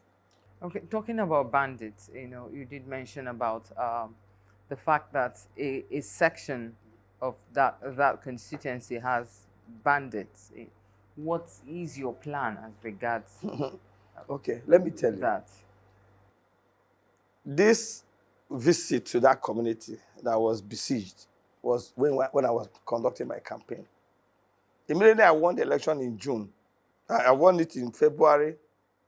We were inaugurated in June, and I came into office. Everything about banditry started disappearing. They started, because I was away from office for 4 years. Then we started talking about banditry within my constituency. When I came into office without shooting a gun, without raising a finger, everything started disappearing. Security came back. Young men were not being killed again. Nobody, all those criminality, they all started disappearing. Why? Because the man of peace has come. I have nothing to do with crime. I don't send children or young people to go and do crime. And without even holding a town hall meeting, everything started disappearing. And I tell you, if I had remained in office till now, we will not be talking about anything about young men in the bush would have come out and taken an enterprise, taken up something to do, find them something to do. And that is my responsibility. So you think it's because they didn't have a proper leader? They also did, thank you. They also didn't have a good leader. They didn't have a good leader. They have people who think that they have to muzzle, force people. They don't have the culture of tolerance. They think that it's take it or leave it. No, you have to build a consensus. Consensus building is the responsibility of a leader, and you have to show by examples. It's not a do or die. You have to teach young. I was a banker. I left the bank as a general manager before I got into government to serve as a commissioner to come. So I want young people to also experience a life of career, a career life. They don't have to get into criminality or to banditry or to, they are entitled to a good life. And it is the responsibility of all the leaders to guide them so that they can have the good life. They can discover what they can do with their life and actualize themselves. So when leaders are not doing that and they are carrying people to stand behind them like this, I mean, when I get into office, I find young people who come to me and say, if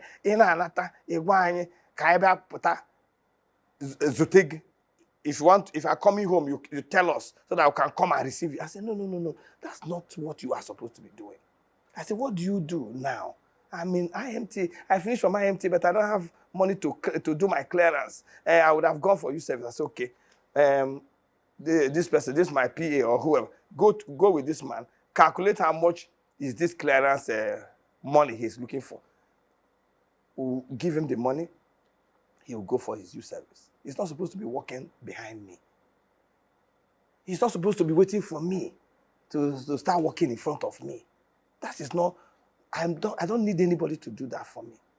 If I need security, the security agencies are there. But my young people are supposed to be in school, be in the bank, be teachers, be, whatever you want to do. Drivers, bricklayers, construction workers, engineers, architects, that's what young people are supposed to be. I am an accountant, and I've actualized myself. So why should I be telling the young man to come and stand behind me? That's not what you are born to do.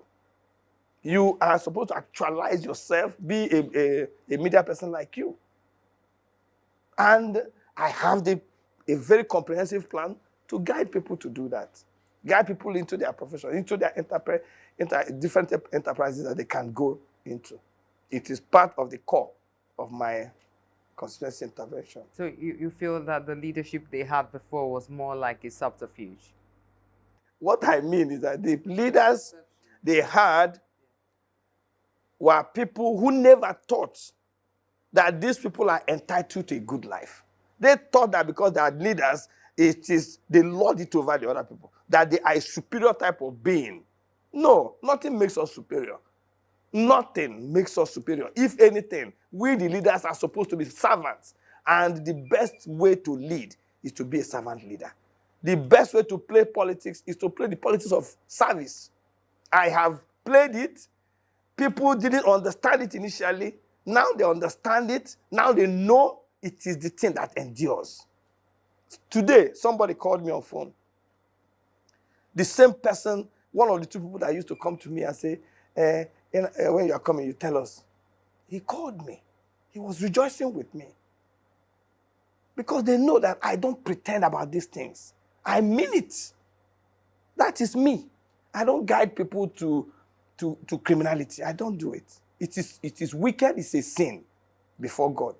So I guide young people. I teach you how to conduct your life, how to manage your time, how to use your resources, how to be a responsible member of society, how to actualize a purpose for your life. God has a purpose for everybody. God has a purpose for people. And the purpose of God for everybody is good. Excellent purpose. So it's for us to discover that purpose and work with God to actualize that purpose. And we the leaders, guide people to discover their purpose and to go ahead and fulfill it. That's what I do. So now that you said that you've won, what will be your focus? Seeing that you've lost more or less, say, a year, so you have 3 years. So what will be your focus now? Unfortunately for us in the legislature, we don't recover tenure. So I have just a balance of about barely have a balance of 3 years. Okay. I have my program clearly worked out before this disruption. I will just go back to where I stopped and continue. It is exciting to know that since this judgment was given yesterday, agencies of government, ministries of government, they have been calling me to rejoice. Director generals of agencies, because I don't get lazy. I work, and I work with these agencies. I work with them to enable them realize and perform their mandates, the mandate of their agency. Many of them have already keyed in when I came in for this other tenure, when I was inaugurated last year. They've already come in. We've already created programs. We're already working on them. Now this disruption came, and it was like they were even more devastated than myself. So immediately they started reading in social media that I'm back. All of them started calling back. They are calling back, and they can't wait for the work to start. And we'll continue, because this country has a problem. We have issues. And it is for us to solve the problem. Leaders solve problems.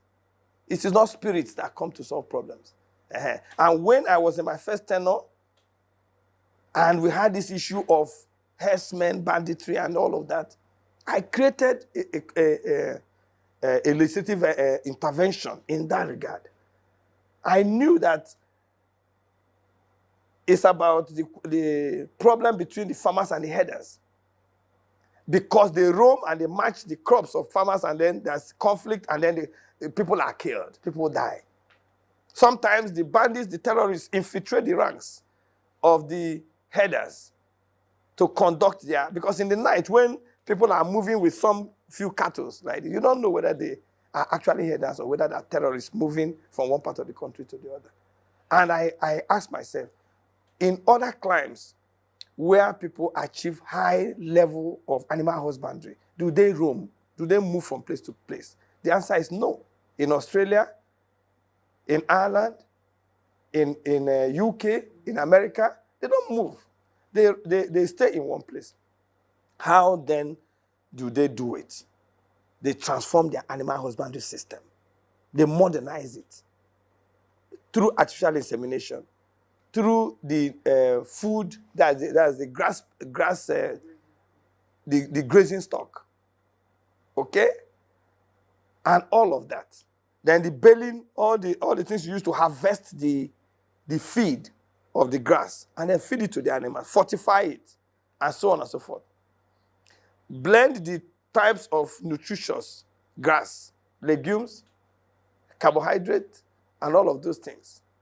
You combine them. Make sure that when these animals eat these things, they grow fat. And don't forget, when an animal eats the grass or eats food, and is walking along the whole stretch, trekking from northern Nigeria to southern Nigeria, the whole thing is burnt. So we don't even conserve the nutrients to make the animal grow and produce meat. Because they are roaming, then our milk production is almost zero. And I checked in the whole world that we have all the trouble, but that we don't even rank among the first 10, whether in meat production or in milk production. But look at the transformation that happened in Rwanda. The Hutus and the Tutsis are the same herders and the farmers. The Hutus are the herders. The Tutsis are the farmers. So the same thing that caused a pogrom there was the same problem we're having here. What did they do? They transformed the animal husbandry system. They ranch the animals. They stay in one place. And now they've become a tourist destination in Africa, one of the most progressive states. So I'm going to go back and get busy with, there are programs I'm working on. Now today, the country is grappling with hunger, starvation, shortage of food, food insecurity. Now, I know what to do. I know what to do. I have a farm. In fact, my core of job creation, economic empowerment of my people this time around is about the development of a poultry cluster within my constituency. In a poultry cluster, you need to have a hatchery, you need to have a feed mill, you need to have a processing facility to process the meat, okay? And you need to have an off-taking arrangement. Then you need to be able to train the band of smallholder farmers. Then you need to give them some kind of microcredit. These are the things required. And I have it worked out. I'm already working, the people calling, part of the people calling me now are people I'm working with to implement a hatchery within my constituency, because there's no hatchery actually, no standard hatchery within the entire Southeast. For you to buy a day-old chick, DOC, you have to go as far as Ogun State, Oyo State, Kaduna State, and so on. This is where you can get a DOC. When you buy DOCs from there, before you get your mortality would have consumed a number of those chicks. Now, we want to have a hatchery within the constituency where people can just shift and buy 400 beds and go behind their house and conduct a poultry farm. If they do 400 beds and they earn 500 naira per bed at maturity, that is 200,000. How many people? The minimum wage in Nigeria now is 70,000. And it is not 500 naira they will make. Now, the person can have 400 beds in 2 months maturity. After a while, the person can have 2 cycles of 400 beds maturities, so that he can be having monthly maturities of 400 beds per month. So the person makes an income, legitimate income, with pride, with dignity, of 200,000 naira every month. Everybody that works with me, my so-called political associates, I tell everybody, have another address. Politics is not a profession. I have finished a career before I came into government. And I use the word government carefully, because I prefer to say government than to say politics. Politics means nothing. It's the way to get into government. So we talk about government. But people say they are professional politicians. I don't know what they mean by that. So I talk about government. Before I got into government, I have garnered my experience, my self-confidence, my network, nationally, internationally. I've done what I call achievements in my life. I've accomplished them. Then those things recommended me to now come and lend service to my state. Like I said, in 2003, that's 21 years ago, I left UBA as a general manager. So, by now, I should be part of the people trying to contribute to how do we move Nigeria forward. If you try to do it from the private sector, you might not be able to do as much as you can do from the public sector. That is why we are in government. Government gives you a wider sphere of influence to impact more lives. But it's about impacting lives. It's not about oppressing people. It's not about leading people the wrong direction. It's not about administering oath to a counselor that wants to, the young man that wants to be a counselor. You can come and swear oath. Oath for what? Oath of allegiance? To who? To me or to God? Owe your allegiance to God. If I help you today and you say you want to forget tomorrow, so be it. Nobody is a slave to me. Nobody. I was not a slave to anybody. And I'm not even a slave to anybody today. We are all under God, and that is how it's supposed to be. Okay. So, matching with that, that means what they call political godfather. You don't have a political godfather. I have only one godfather in heaven. I'm telling you. And I'm serious. And I want everybody to know it doesn't even pay to think you want to be anybody's godfather. Look at the trouble, unnecessary trouble, I call it, that we have in Rivers State. Unnecessary. If you finish your tenure, for goodness sake, you turn your back and go. I was a commissioner here. By the time I finished the first tenure of the government, I returned to my office. during that time, we were playing politics before the new tenure of the same government was inaugurated. I was already back into what I was doing. Then they called me back. Oh, you've been reappointed. Then rumor started. They want to make him governor. I said, look, I have something to do. I have something to do. When I'm in government, I apply myself fully. God is my witness. The permanent secretary can bear me out of my ministry that time. I was running my ministry with my personal money. I'm not lying. I'm telling you. Your Oga knows because we're in government together. He knows I ran my ministry with my money. So that is me.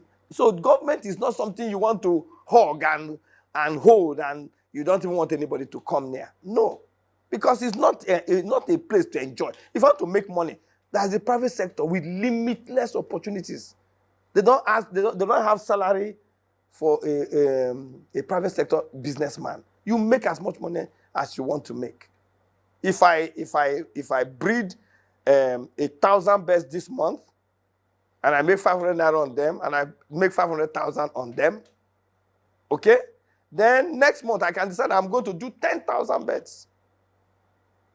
I'm making 500 naira on each. I'll make 5 million in a month, which the state will get 5 million in a month if it is your income, so to speak.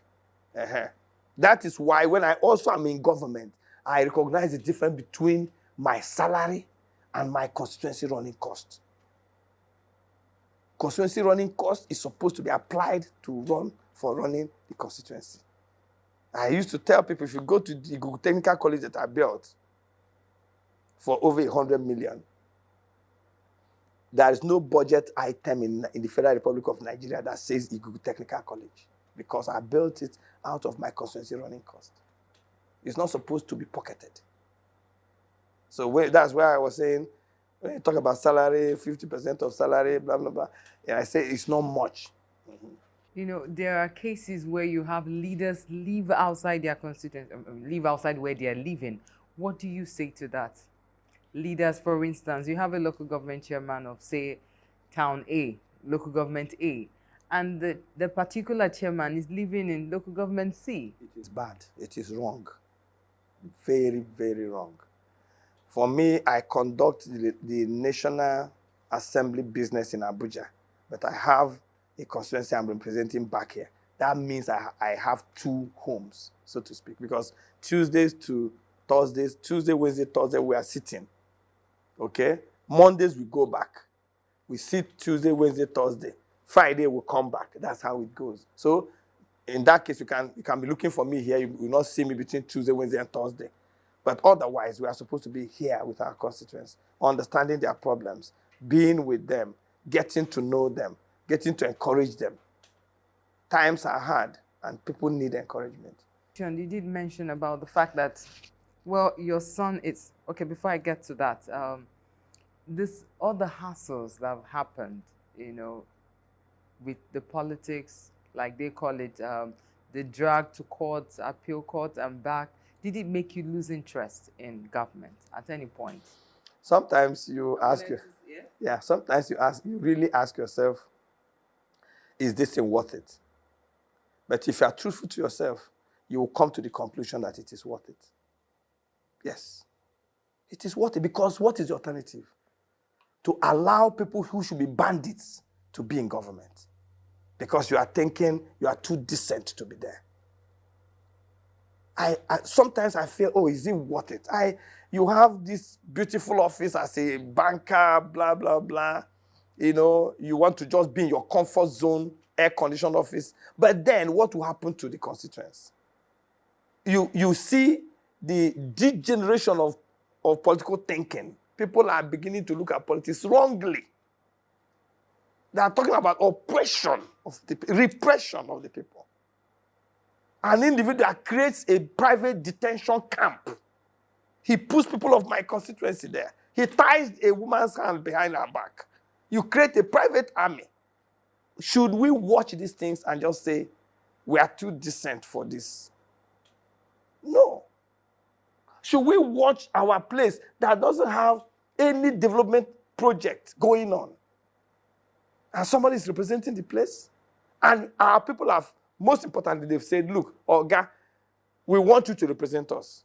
Should I shy away and say, no, that thing is dirty, I'm not cut out for this? No. No. My father was a decent man, also civil servant, fit and proper. A time came, the call of duty came upon him. And while he was discharging that call of duty for our people, he died. So I used to tell my people, I have not even come to the point of dying. My father laid his life for my people. So I will do the most that I can. And God has blessed me, by the way. What else would anybody wish for in life that I don't have? What else? I have a fulfilled career. If you talk about my life history, I'm telling you, you think I have lived 3 times. You think I have lived 3 times. Is it my life in business? Is it my career, my banking career? Is it government? Is it? You think I've lived 3 times over and over again, because now I've garnered a lot of experience in this government business. If you ask me about my business, if you talk about my business from now, we'll be talking about it tomorrow. Because I've done business and I've done well in my business. I understand business. I'm a trained accountant. But I've also accomplished a career in banking. So what else do I want in this life? I have children that are getting good education and looking up to me, understanding values about life. I'm teaching them godliness, values. I'm giving them a good education. So preparing them to face their own future. What else do I want? I have a lovely wife who is behind me in all of these things, who has come to become one with me in what I'm doing. She now understands, because sometimes women don't understand what their husband is. We understand where we are going. When we bring money, when we earn money, we know that some of this money is for the church. Some of this money is for scholarship. Some of this money is for giving to charity. Because that money can purchase us very lavish holidays in Hawaii. My wife, a woman can think like that. But my wife knows that, look, this man knows that part of this money, a good part of it, will go to charity, will go to the church, will go to God's work, will go to scholarships. Scholarship don't purchase me any luxury or any comfort. No. But somehow we still get by. What do I want in this world? There's nothing I want. Food I have. And I don't think, look, for you to live in Nigeria and you don't think about food and food is available, it's a lot of grace. Because some people have to think hard before their night meal comes. We are trying, we leaders should be working and doing everything that we can to reduce that number of people that go to bed hungry. Working to make sure that cost of food comes down.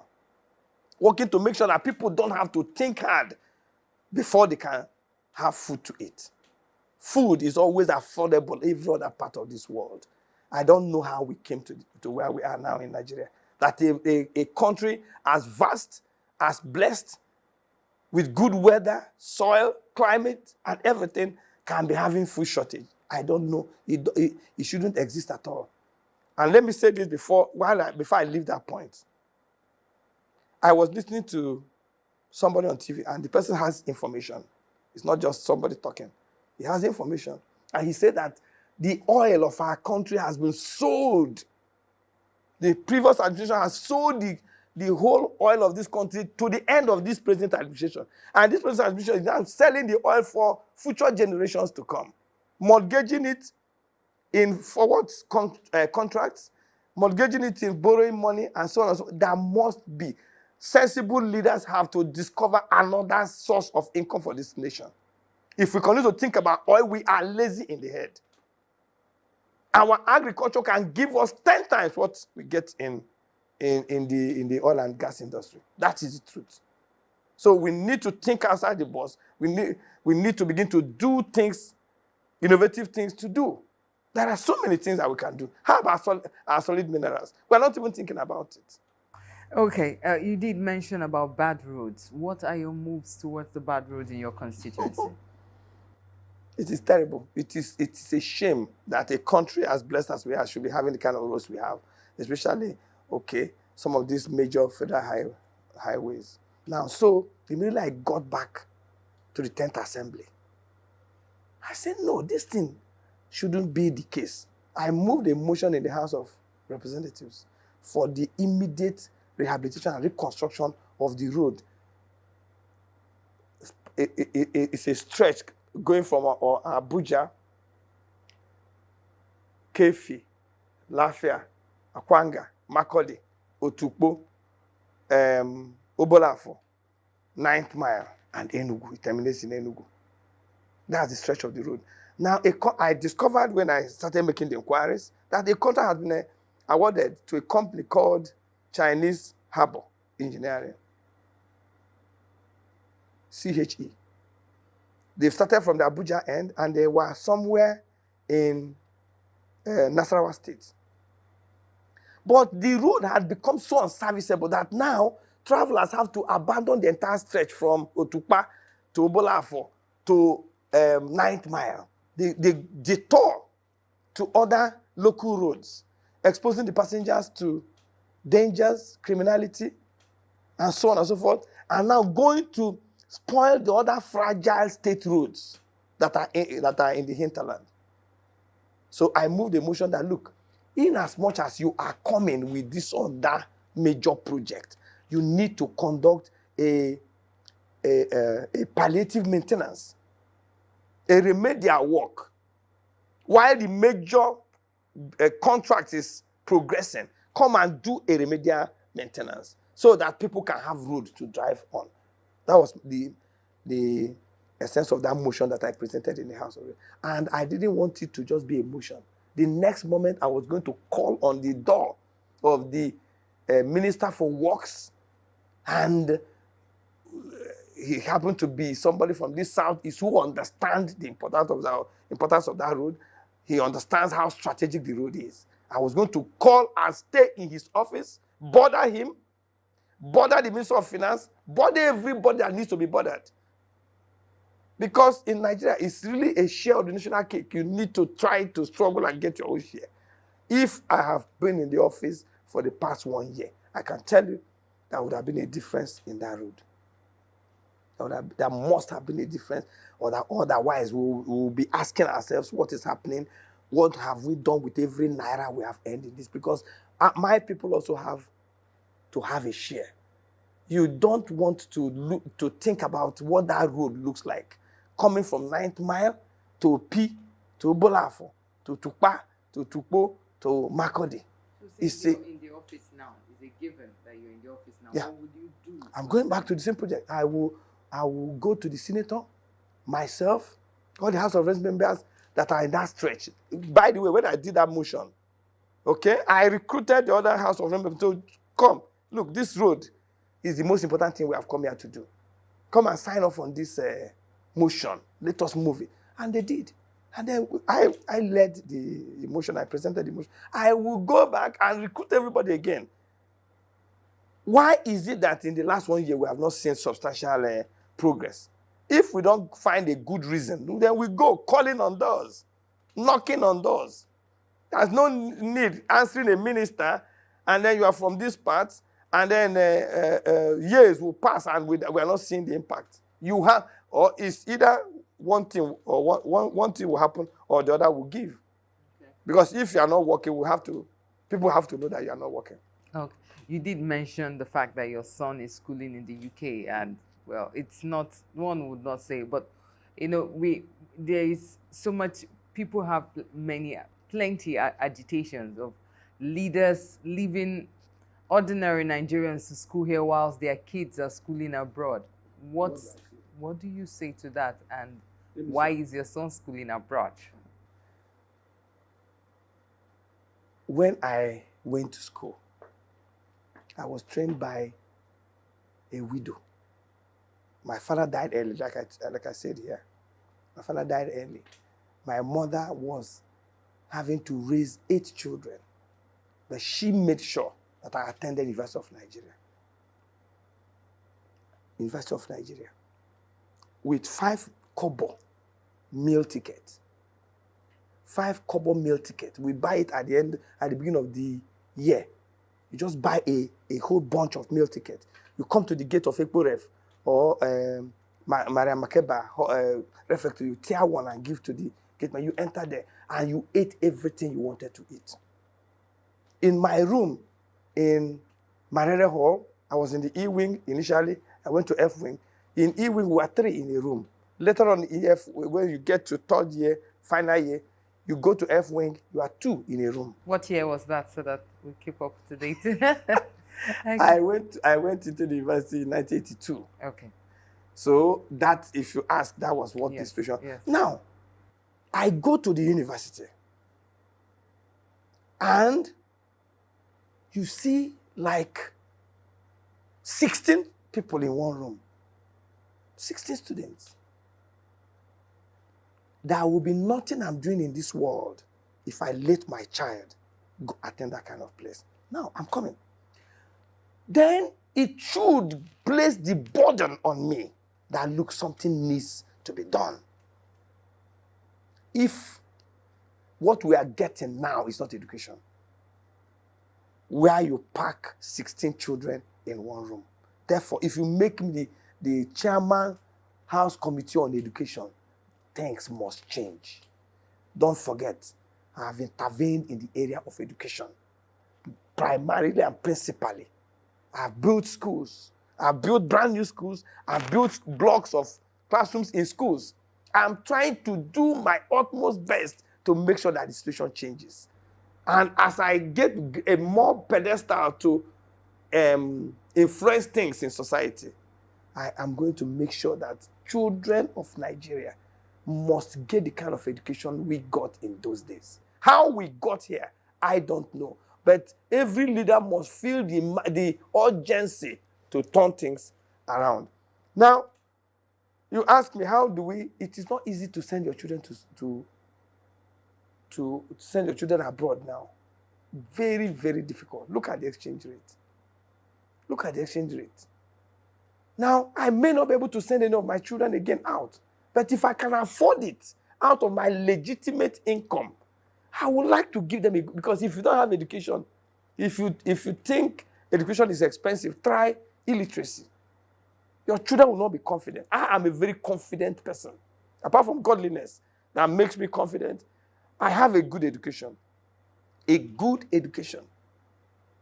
A good education. So I want to give my children a good education. I want to make sure that academic calendar can be predicted. You can predict that somebody is going into a 4-year course and after 4 years the person will graduate. It is when we realize that things are bad that we seek to how to solve it. Food is another critical thing. We need to solve it, and so on and so forth. You did mention the fact that our educational system Yes. is dilapidated. Yes. What are you going to do to correct it? I've spoken about my intervention in the area of education. Yes. Go to ENUGU Technical College today, which I built. It is the best technical college in Enugu State today. Go there, don't believe my story. Go and verify. Thank you so much. Thank you so much, sir. I don't know if you have any final or last words because we're... I want to thank my people. Thank the people of my constituency, the ways and not to the federal constituency. I want to thank them for their patience. Thank them for all their patience and support and solidarity. I want to thank them for the kind of spontaneous celebration that we went into when the judgment came yesterday in my favor. I want to thank them. It means that these people are with me. And it challenges me to continue this work that we are doing for our people. It will not stop. I will double my efforts, and that's the message I have for them. Thank them. I thank them. I thank them. And I thank God Almighty. He is God Almighty. He can do all things. The miracle of this judgment, the miracle of this judgment cannot be told in an interview like this. What's your inspiration? Last. This inspiration for this? Inspiration for everything you do. It's God. Thank you so I much. draw my inspiration from the scriptures. Thank you so much, Honorable Nnamdi Dennis Abo. It's been an amazing time we just we spent with you, and we believe that moving forward, that beyond saying things, like you're trying to leave a mark that you're not just going to be the politicians or a leader that just speaks without acting, that God will also back you up to fulfill every of the mandates you've carried out, and your heart will be brought bare to light. Thank you so much, sir. Thank you.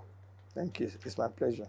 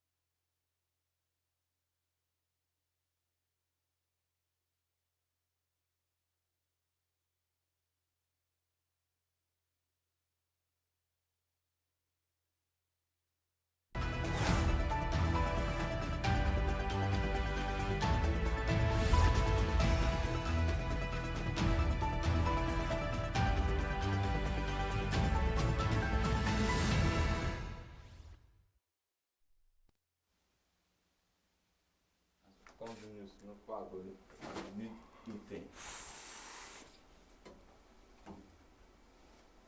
Your earphone.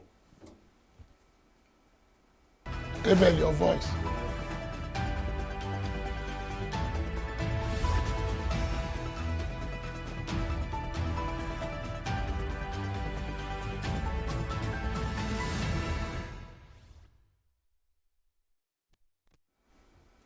Welcome to Signature TV News. I am Barry Kumo Ado. In the headlines, Labour Party candidate assures of quality representation. Nnamdi Azikiwe University inducts 159 new pharmacists. Gunmen kidnap over 20 Nigerian medical dental students in Benue.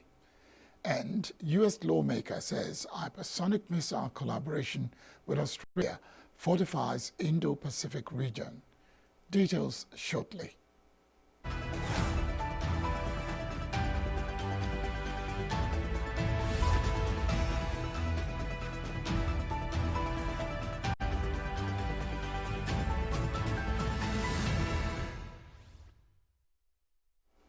A Labour Party candidate for Iweze and the Deno Federal Constituency in the House of Representatives, Dennis Agbo, says his recent victory at the election tribunal has renewed his hope in democracy.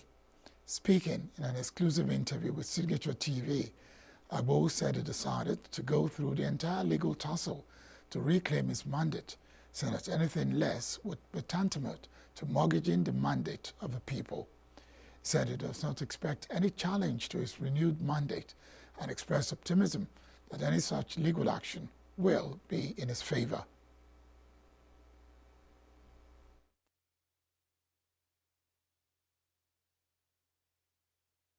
For me, I have found out that if we have to repair our society, it will take some of this work. Okay? For my election to just become a candidate, I went to the court 7 times. I went to the Supreme Court 2 times. I went to the appeal court, this appeal court they are talking about, I went there 2 times. I went to the High Court 3 times. That's how many times and I won all those 7 cases, back to back. Okay, because I will, like I said, I will not take what does not belong to me. But if you want to take what belongs to me, I will fight for it. So if they decide to go on appeal, I'll go and meet them. One thing is true. I will not even go to a family meeting, not to talk of a court if I lost an election. I won't even complain to a neighbor. I will walk away. But if I have won an election and there's a threat to take that mandate, I will fight it with everything that I've got because my people expect me to do that. Agbo, who enumerated his achievements during his stay in the Green Chamber between June and November last year, promised to do more following his return to the House. He assured that his representation would transcend political and other affiliations, as his priority remains to give quality service to his constituents and the entire humanity. I'm going to represent everybody, and my people know that I represent everybody. Some people say this is a game, and I don't like this kind. I don't like playing the politics in this kind of way. So we want to, clean up our mandate, confirm our mandate, affirm our mandate. But after that, we go to work. Our people know that I work for them. They know that this 1 year they have lost a lot. I was inaugurated into the National Assembly in June last year. And by November, when I left my seat in the National Assembly for all these troubles, I had constructed 2 classroom blocks, started from foundation and finished it. One in Oda, one in Umobego. Then the other one again, the next community now came and said, okay, we have a dormitory. The students don't live in dormitories again. We want to use that dormitory for an examination hall. So to convert that dormitory, we had to pull it down because it was even decrepit. We pulled it down, reconstructed a brand new examination hall. It was also finished, done with, painted, tiled, sealed, finished before that November. Before that November, another community called Umagwedeg, they came that they have made some community efforts to do rural education for themselves. And I say, how far have you gone? They say, okay, they are just looking for a transformer. I purchased a transformer for them with which they were able to complete their rural education project in Umagwedeg. The same thing happened at Umadonowo. And so on and so forth. So those 5 projects. Gave assurance when it featured on a breakfast show on Signature TV, Signature Morning. Ubra attributed the high cost of foodstuff and spiraling inflation in the country to the neglect of agriculture and focus on oil money. He advised all Nigerians to have a change of heart and return to the farm as one way of growing the country's economy and ensuring the general well-being of all citizens. We began to focus on oil and left the real sector, which is agricultural sector. You understand? And come to talk about agriculture. Agriculture is as important as life. And that's what God has blessed Nigeria with. You understand? You rightly noted, we have the best of soils. We have the best of climates. We have the best of vegetation. We have, in terms of landmass, we are richly blessed by God. And the water bodies, we are blessed by God. So we don't need to lack anything in terms of agriculture. Before 1970, Nigeria is the greatest, producer of agricultural product of various types. Look at the great granite pyramid. Talk about the yam from the Benue and part of Enugu State, and all products from agriculture. So what we should say, where did we get it wrong? Granted, yes, it's lack of managerial capacity, and government after government tried to bring back the glory of Nigeria in terms of agriculture. But what I'm not talking about, we're talking about government of today. Bring it down to Enugu State, the government of His Excellency, Peter Ndubisemba, and his focus on agriculture, his vision on agriculture, the importance he attached to agriculture, what he has done, what he has achieved within 1 year, and the policies that he put in place, initiatives on board, which is now making wave. You understand? Which also have awakened the Enugu people. But we have woken up to doing well. We now have we have leadership in place now to making us do well in terms of agriculture. That's what I'm talking about. Okay. Because this government of Peter Ndubisemba is not here to begin to cast blame or begin to look at what others have done wrong. We're looking at what can we do to change the tide? What can we do to go back and surpass where we are supposed to be in terms of agriculture? And our people have come back to farm. Our people are now eager because they trust the government of the day.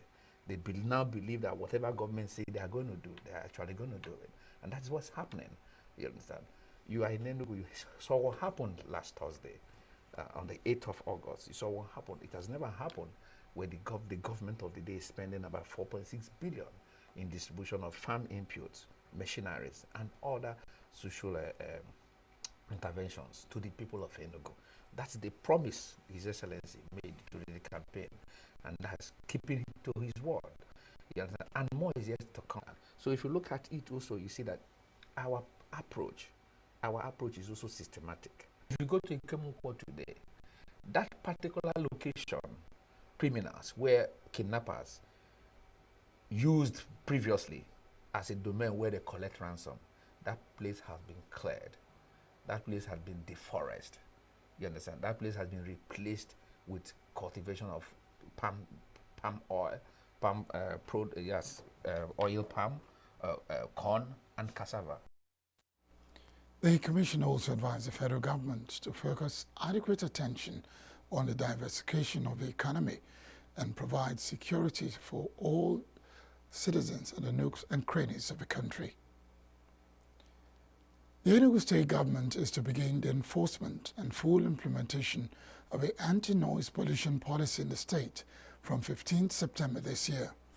This was announced by the executive chairman of Enugu Capital Development Authority, Uchianya, at a stakeholders meeting held at a conference room of the state secretariat, Enugu. Correspondent David Okoro reports. The executive chairman of ENUGU Capital Development Authority, Uche Anya, stated that the major reason for the implementation of the zero noise pollution policy, which will take full effect in September 2024, is to reduce the public health hazard caused by noise and make the state a truly modern society. We want a city where our approved master plan, the zoning, is respected. If we say a place is residential, it's residential. We don't want people putting up nightclubs that starts making noise from 4 p.m. to 6 a.m. every day. And in today's world, we want our city to compete with the best run cities of the world. That is what we are out to do. Anya stated that government does not give noise permits as suggested by some stakeholders at the event. The government, he added, will not allow churches, mosques, clubs, and bars to operate near residential areas without acoustic booths, warning that such places will be demolished by government. We do not give noise permits. The government of any state will not give noise permits. And if there was any such thing as noise permit, it's nullified. It doesn't exist. You cannot put up a church in a residential neighborhood.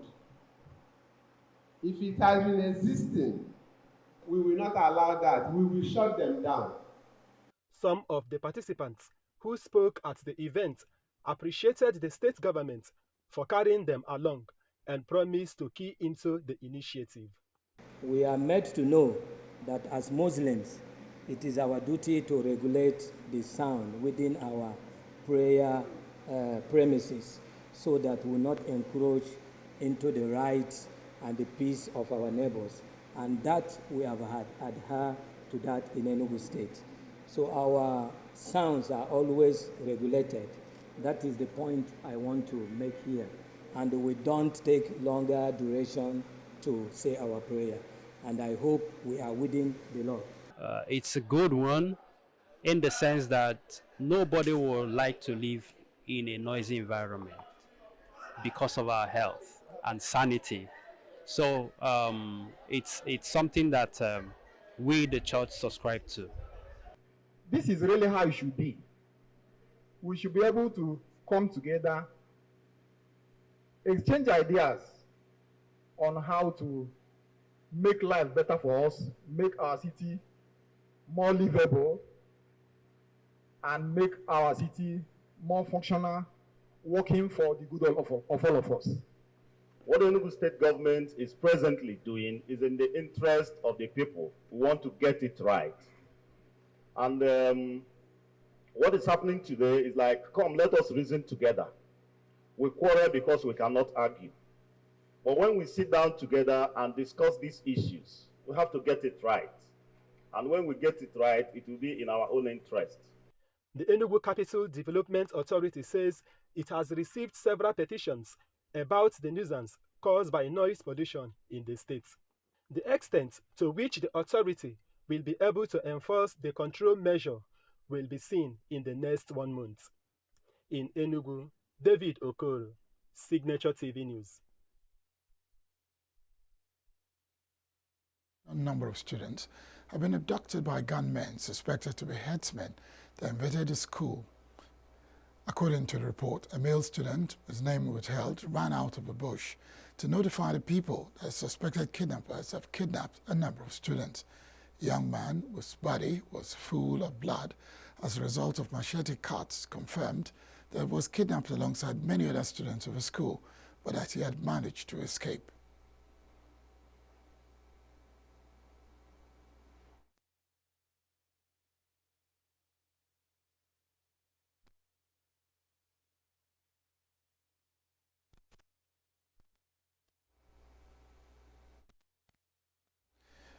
The ENUGU State Police Command has, however, dismissed the report as false and misleading. In an exclusive chat with Signature TV, the ENUGU State Police Public Relations Officer Daniel Ndukwe described the viral video to that effect as spurious and mischievous. said a comprehensive statement will be released soon to clarify the situation, urging residents to remain calm and not sway by unverified information. But Signature TV insists that that report is true because we have verifiable report from the Chief Security Officer of Oji River who confirmed that a kidnap took place. Gunmen have kidnapped over 20 medical and dental students and a house officer in Benue State. Students were en route to the annual convention of the Federation of Catholic Medical and Dental Students, FEDCAMS, in ENUGU. The students, said to be from the University of Maiduguri and University of Jos, were traveling together when they were ambushed by gunmen around 5:30 p.m. in the Otukpo area of the state. Spokesperson for the Benue State Police Command, Catherine Anene, who confirmed the incident, said an investigation had been launched into the abduction. The Edo State Special Task Force on Anti-Cultism says it arrested 11 suspected members of different cult groups in the state, vowing to win the cult war in the state. Speaking at a press briefing on the activities of a task force made up of 8 security outfits and 4 ministries, the Commissioner for Communication and Orientation, Chris Nahiare, said the suspects were arrested in several parts of the state by a crack team of a task force. While calling on cult members to renounce their membership, he warns that no political, religious, ethnic, or social standing will protect anyone involved in cult activities. The commissioner also urged parents to be vigilant and to steer their children away from the path of destruction, saying that the government is committed to restoring peace and security in the state. The task force, headed by the Department of State Services, was created by Godwin Obaseki's government in response to increasing cult killings which had claimed the lives of many youths in the state. The police command in Lagos State says suspected motorcyclists whose motorcycles were seized are the suspects that allegedly attacked a BRT bus on Wednesday in the Orile area of the state. Command spokesperson Benjamin Hundeyin said in an interview in Lagos on Friday that it was not a case of armed robbery, but that the attack was a reaction by the suspected motorcyclists to the seizure of the motorcycles. Said that Lagos State Task Force on Environment and Special Offences Enforcement Unit had raided commercial motorcyclists plying the BRT lanes and other prohibited roads and seized some motorcycles. Alleged that some of the motorcyclists were those that resisted the police because of their positions but were arrested during the raid. The Lagos State Task Force on Environment and Special Offences Enforcement Unit on Tuesday impounded 164 motorcycles on the state's highways over the contravention of the Lagos State Road Transport Sector Reform Laws of 2018, which prohibits motorcyclists from using all highways in the state. The death toll has risen to 22 persons in worsening flood disaster across Jigawa State. 16 deaths were earlier reported, while 3,834 others were displaced as a result of flooding in the state. But latest reports say 6 more persons died in a building collapse due to heavy rains in Kirikasama local government area in Jigawa State. Information officer of Kirikasama local government, Musa Mohammed, said the incident happened at Gamji village in Tarabu ward of Kirikasama local government, where 4 sons of Malam Yaya died after the room collapsed at midnight while they were sleeping. And at Fadin village, 2 more persons were reported dead as a result of a heavy rain that also led to the collapse of their own houses. Village head of Fadin, Malam Omar Yakubu Mukadas, confirmed the incident. The Federal Road Safety Corps says it has returned over 1 million naira and other valuables to the family of an accident victim who lost his life in a ghastly car crash. Speaking during a news conference on Friday in Abuja, the FCT Sector Commander, Motar Kore, commended the unit command for the transparency and diligence in recovering and returning the items. The rescue operation at Edo Junction on the airport Giri Road, Abuja, 3 people died, and one of them, Najim Babalola, a student of College of Education Zuba, owned the bag the money and other items were in. Chure said the event was a testament of the FRC's commitment to integrity and its mandate to serve the public with compassion and transparency. Explained that a thorough investigation was conducted to ensure the items were genuinely owned by the deceased and listed the recovered items to include a bag, 2 POS machines, 5 ATM cards, a technophone, a power bank, a rechargeable lamp, and over 1 million naira cash. Speaking on behalf of the family, Abdul Wasiu Ajiboye expressed gratitude to the FRSC for the efforts in rescuing the deceased and returning the recovered items. The Corps presented recommendation letters to the unit commander, team leader, and other officers at the rescue operations for the exemplary service. Up ahead, fire guts 7-story building in Lagos. Presidential jet seizure and international embarrassment, Obi. Details of this and more after the break.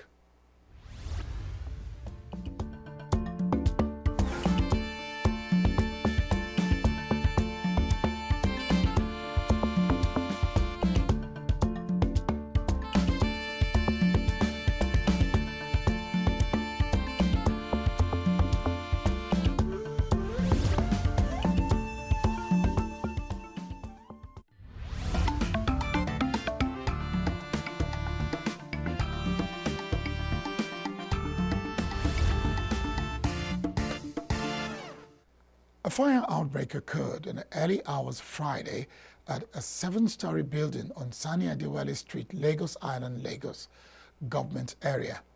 This was made known in a statement by the director of the Lagos State Fire and Rescue Service, Margaret Adeshaye, on X.com. Adeshaye said the Lagos State Fire and Rescue Service received a distress call at 5 a.m. and promptly responded with firefighters from Ebute Elefun, Sari and Lekki 1 stations, arriving at the scene 30 minutes later, saying the situation was under control. Preliminary investigation, she said, suggested that the fire was triggered by an electrical surge and that it affected several shops within the building. Young Nigerian pharmacists have been tasked to find solutions to many debilitating illnesses plaguing the world through intensive research and commitment. The Registrar of Pharmaceutical Council of Nigeria, Ibrahim Ahmed, gave a charge at the 13th induction and oath-taking ceremony of the Faculty of Pharmaceutical Sciences, Nnamdi Azikiwe University, Agoro campus. The report by our Oka Bureau Chief, Ndo Okpaleze, is read in our studio. The registrar, who was represented by Ifeyinwa Oheri, a pharmacist, charged the inductees to acquaint themselves with the code of professional ethics and relate well with other professionals wherever they ply their trade. He recalled that the indigenous pharmaceutical industries came in handy during COVID-19 when foreign countries could not export drugs to Nigeria. The Council frowns at professional misconduct in its entirety. You are advised to refrain from any act of misconduct, as this will be treated with all the seriousness it deserves. Kindly note that the PCN Act have provided for establishment of investigative panel as well as disciplinary tribunal. We all know that if a doctor makes a mistake, it's very likely just one person will die. But if a pharmacist makes a mistake, whether in compounding or manufacturing, and the product gets out of the facility, before being recalled, we may have lost a lot of people.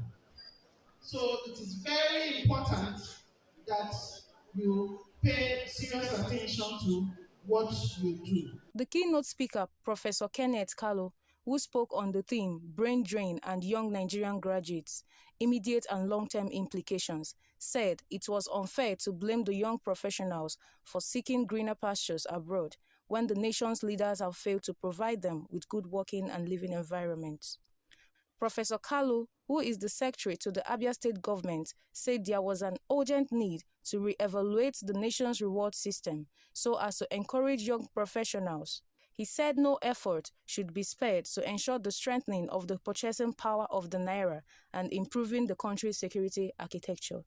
According to the UK Immigration Services, 13,609 Nigerian trained healthcare professionals were granted work visas in the country in 2021.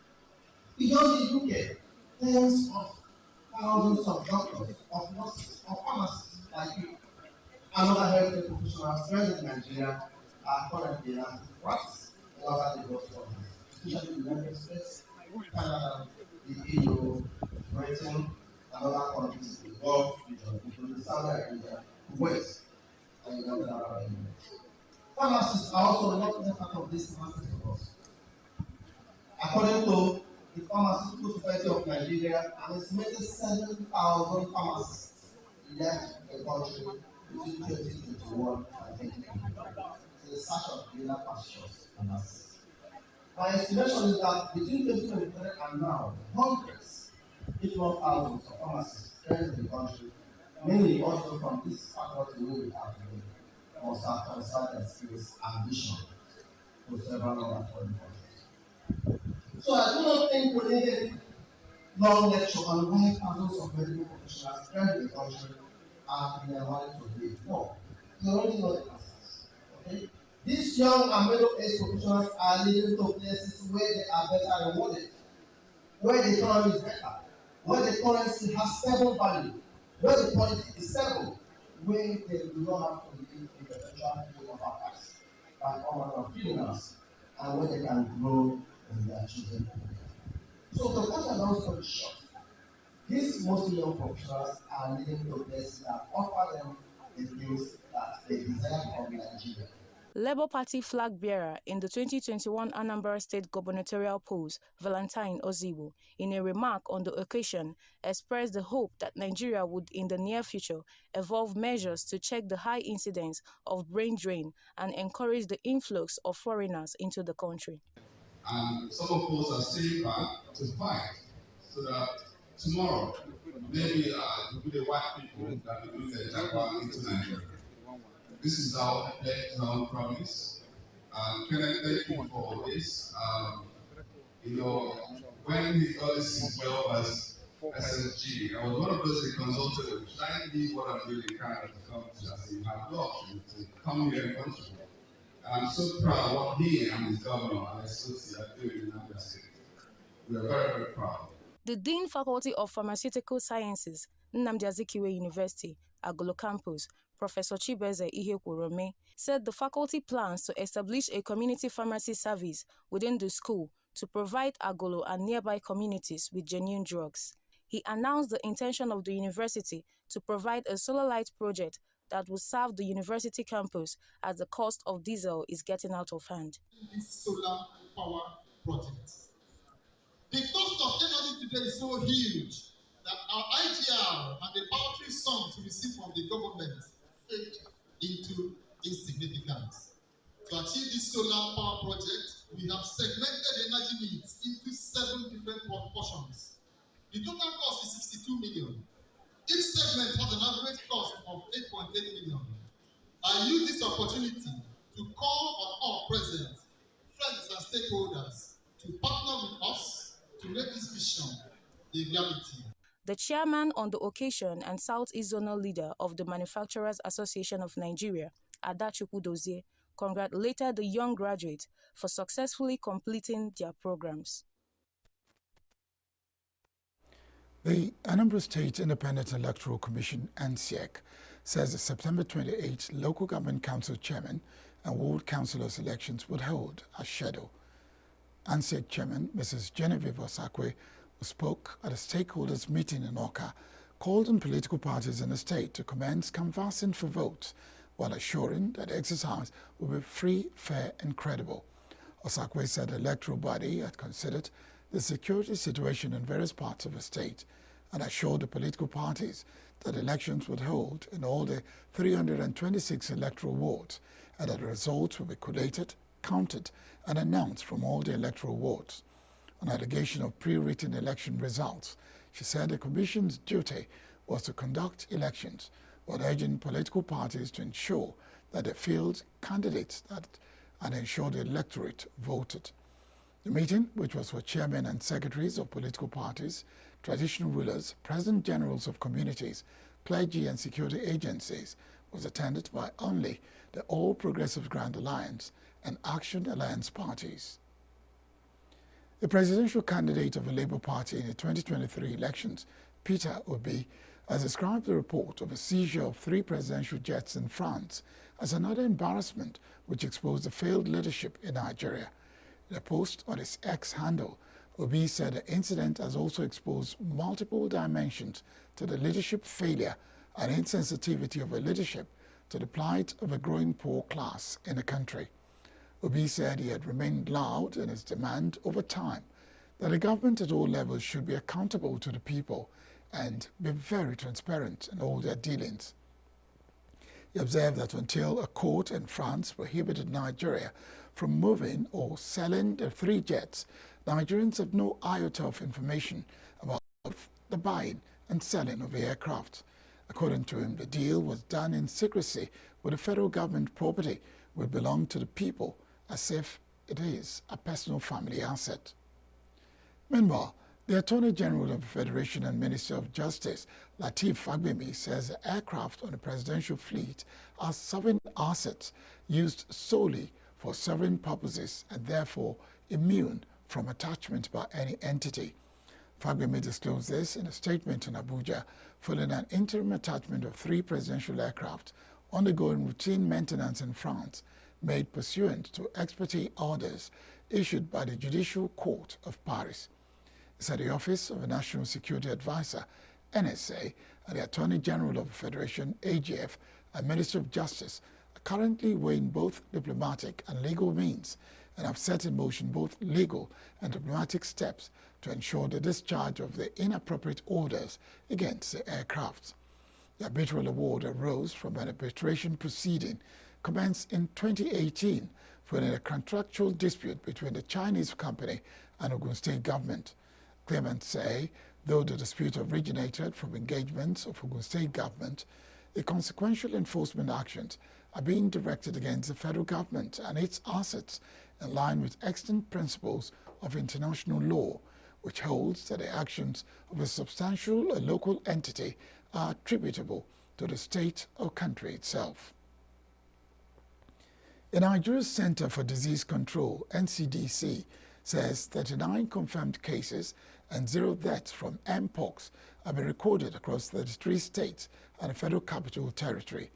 Director General of the NCDC, Jide Idris, made a revelation at a press briefing on the declaration of Mpox as a public health emergency of international concern on Thursday. He said the NCDC is intensifying surveillance across Nigeria to swiftly detect and respond to any new cases. According to Idris, the NCDC has put all port health services across the 5 international airports, 10 seaports, and 51 land foot crossing borders on high alert. He added that some states have also been put on high alert, including Lagos, ENUGU, Kano, Rivers, Cross River, Akwa Ibom, Adamawa, Taraba, and the Federal Capital Territory, Abuja. The World Health Organization, WHO, on Wednesday declared the Mpox surge in Africa a global public health emergency, worried by the rise in cases in the Democratic Republic of Congo and the spread to nearby countries. A Pakistani health official said on Friday that authorities will be taking all necessary measures after Pakistan's health ministry confirmed at least 1 case of Mpox virus in a patient who had returned from a Gulf country, though they do not yet know the strain of the virus. Director of Public Health at Directorate General Health Services of Kaba Pakhtunkhwa, Dr. Ishad Ali Rogani, said the sequencing of the confirmed case was underway and that it will not be clear which variant of Mpox the patient had until the process was complete. Global health officials on Thursday confirmed an infection with a new strain of the Mpox virus in Sweden and linked it to a growing outbreak in Africa, the first sign of its spread outside the continent. The disease caused by monkeypox virus leads to flu-like symptoms and pus-filled lesions. It is usually mild but can kill with children, pregnant women, and people with weakened immune systems, such as those with HIV, all at high risk of complications. We bring you business news after the short break.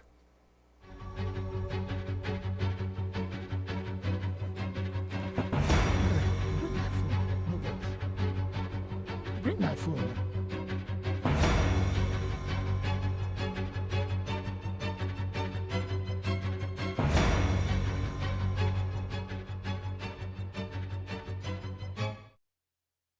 Nigeria's headline inflation rate has decreased to 33.40% in July 2024, down from 34.19% in June 2024, marking the first decline since December 2022. The analysis, based on the National Bureau of Statistics (NBS) Consumer Price Index (CPI) report for July 2024, highlights a 0.79 percentage point drop from the previous month. On a year-on-year basis, the inflation rate was 9.32% higher than in July 2023, indicating a continued increase compared to the same period last year. The month-on-month inflation rate in July 24 was 2.28%, slightly lower than the 2.31% recorded in June 2024. Food inflation now stands at 39.53% from 40.87% in July 2024. The NBS report suggests that the easing of inflation could signal the beginning of a positive trend, but the year-on-year inflation shows that economic challenges remain. The UK economy has expanded by 0.6% in the second quarter of 2024, continuing its cautious rebound from recession. The Office for National Statistics (ONS) reported that while growth was flat in June, the economy has shown slight but consistent growth throughout the year, driven by temporary momentum from falling inflation and boosted consumer spending during events like Euro 2024. On an annual basis, the economy grew by 0.9%, slightly above forecasts. Economists warn that the pace of growth is unlikely to continue in the second half of the year due to challenges such as weaker wage growth, high interest rates, and supply chain issues. The British pound saw a slight increase following the GDP release, reflecting cautious optimism about the country's prospects. As the new Labour government, led by Prime Minister Keir Starmer, prepares to deliver its first budget in October, there is hope that planned reforms and fiscal strategies will provide a clearer direction for the economy. The scale of the challenge remains significant, with a £22 billion deficit in public finances and the need for sustained economic growth to address these issues. The Securities and Exchange Commission (SEC) has announced plans to establish special units to address the issue of unclaimed dividends in Nigeria's capital market. Speaking at a news conference following a Capital Market Committee (CMC) meeting on Thursday, SEC Director General Emomotimi Agama revealed that unclaimed dividends have surged to $215 billion as of March 2024. Agama said that the Commission is implementing mechanisms to reduce the figure and ensure better management of dividends. Small offices will be established at the SEC's headquarters and locations across the country to facilitate this effort. The issue of unclaimed dividends has been a persistent challenge, with the bill reaching 190 billion naira in August 2023, showing the need for a better approach to resolving this problem.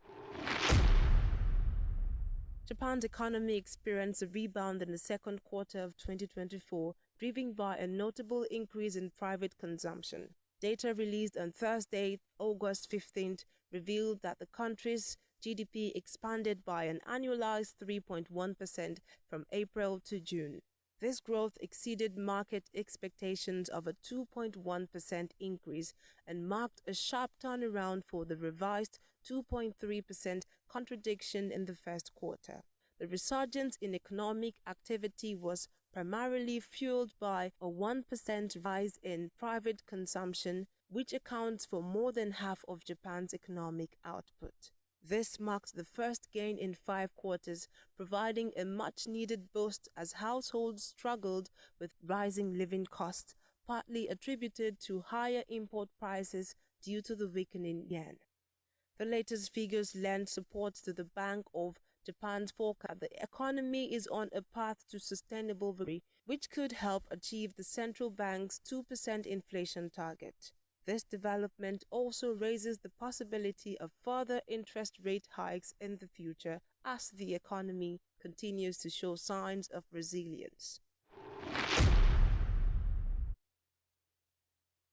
So in Italy, so of the number of people seeking medical attention, the head of a simple operating units of Tiber Island Cameli Hospital Emergency Department, Dr. Luca De Marizio, said on Friday that the increase in admissions to emergency rooms in Rome City Center during the summer is between 15 and 20% higher than during the winter due to heat-related illnesses.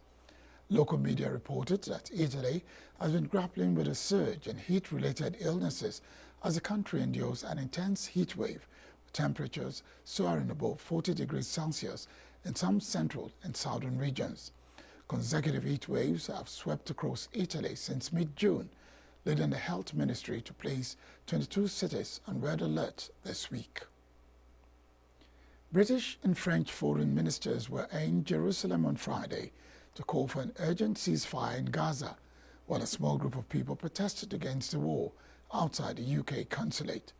The visit by Britain's David Lammy and France's Stéphane Séjourné comes as a new round of Gaza ceasefire talks was underway in Doha, an effort to end 10 months of fighting in the Palestinian enclave and bring 115 Israeli and foreign hostages home.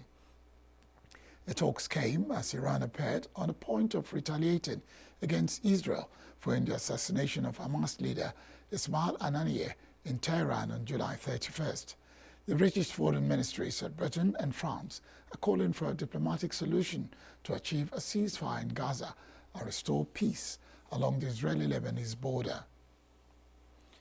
The joint production of hypersonic missiles by Australia and the United States will reduce strain in the U.S. defense industrial base and boost deterrence in the Indo-Pacific region. The chairman of the U.S. House of Foreign Affairs Committee, Michael McGaugh, said in Sydney on Friday that a move to Australian manufacturing of cutting-edge hypersonic weapons was an example of how streamlined licensing of the most sensitive U.S. defense technology will help the U.S. compete with China in developing advanced weapons. A joint statement released by the two countries' defense and foreign ministers after talks last week said Australia is testing a hypersonic attack cruise missile with the United States and will consider fielding as its first hypersonic weapon for fighter jets. McCall said he had met with hypersonic companies during his visit to Australia, which focused on AUKUS partnership with Australia, US, and Britain. I think it's already starting, and that's an exciting thing. And I think it will help relieve the stress that we see on the defense industrial base, because primarily a lot of these systems are coming out of the United States. But if we can pull our allies into this, and also there's a burden sharing, element to this. We're all working together, not just the United States alone. And I always think allies are better working together than just the U.S. The certification just came today. It was great timing from my State Department to move forward with the program. That means that nuclear submarines will be rotating through Australia in the near future. That brings tremendous amount of deterrence. As we get our intelligence briefings, Chairman Xi, I think, fears this alliance more than anything else because he knows what it means. It means that nuclear submarines will be rotating, but also these innovative technologies that we have this great power competition with China, such as AI, artificial intelligence, quantum computing. We have a defense industrial base problem. That means we cannot manufacture weapon systems fast enough for the current threat model coming from Putin in Europe to the Ayatollah in the Middle East and now Chairman Xi in the Pacific. But if we collaborate together, that manufacturing can speed up, if you will, and innovate, the technology to move more quickly to counter the modern day threat that we see, coming out of China. So Thailand's Prime Minister-elect Paetongtarn Shinawatra on Friday said she was honored and happy in her first comments after sailing through a House vote earlier in the day.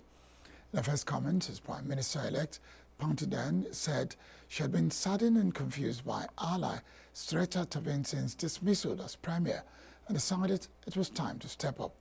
She will become Thailand's second female Prime Minister and third Shinawatra to take the top job after aunt Yingluck Shinawatra and father Thaksin, the country's most influential and polarizing politician. Paetongtarn has never served in government, and the decision to put her in play is a roll of the dice for the party Pheu Thai and its 75-year-old figurehead, Thaksin. She would immediately face challenges on multiple fronts, with the economy floundering, competition from a rival party growing, and Pheu Thai's popularity dwindling, having yet to deliver on its flagship cash handout program worth $14 billion. So yes, on Wednesday I heard the result because I was on a plane flying back from China. So when I turn on my phone and then I read the news, I felt that almost like I didn't know it was going to happen like this. So yes, I was very sad, and I got back up again, and then I talked to Kun Setha, and I talked to my family, and I talked to a lot of people from my party, and I decided that it's about time to do something for the country and for the party as well. And I hope that I can do my best to, make the country go forward. That's what I try to do. And right now, of course, today I feel very honored and I feel very happy. The Duke and Duchess of Sussex, Prince Harry and Meghan, wrapped up their first day in Colombia with an appearance at the Responsible Digital Future Forum at a local university. During his participation at the forum, Prince Harry reflected on an artificial intelligence, saying that it's becoming harder and harder to stem the flow from the source, and proposing education and awareness as some of the possible solutions. We're very good at creating problems for ourselves to try and solve. Here we are. AI is scary, and I think a lot of people are scared and uncertain. And I think one of the solutions to that is education and awareness, because it's becoming harder and harder to stem the flow from the source, and therefore really it comes down to all of us to be able to spot the true from the fake. The couple shared a stage at the ENA University with the country's Vice President, Francia Marquet. Marquet had earlier expressed gratitude to the Duke and Duchess for their visit and efforts in tackling issues like cyberbullying, social media violence, and discrimination. The most important place that I sit in the world right now is as a mother. So I look at it through the lens of what my children, our children, are going to adopt as they get older, and how we can keep them safe, because I do believe all of us agree, despite whatever disparities there are throughout the world, no one contests the fact that we want to keep our children safe. So that has been a fundamental and incredibly important aspect of how I've approached our philanthropic work. The royal visit, which ends on Sunday, would include stops in Cartagena and Cali. During the stay, the couple is set to meet with local young individuals, women, social activists, and community members. A draft version of a comprehensive cooperation agreement between Iran and Russia is currently under review and will be signed soon. Iran's ambassador to Moscow, Kazim Jalali, said the legal departments of the foreign ministries of the two countries are working on the draft, which has been submitted to the presidential administrations for consideration. Earlier, Russian Deputy Foreign Minister Andrei Rudenko said that the two sides had readied the agreement for signing and it will be inked in the near future. United States groundless allegations against Chinese athletes are rooted in a very aggressive campaign by the U.S. government to try to demonize China in all international affairs. During an interview on wrongdoings of the United States Anti-Doping Agency, USDA, an investigative journalist and analyst, Benjamin Norton, said the U.S. government has been abusing state power to help U.S. athletes avoid testing so as to create unfair advantages. The U.S. Anti-Doping Agency does claim to be an... The United States still feels that it has...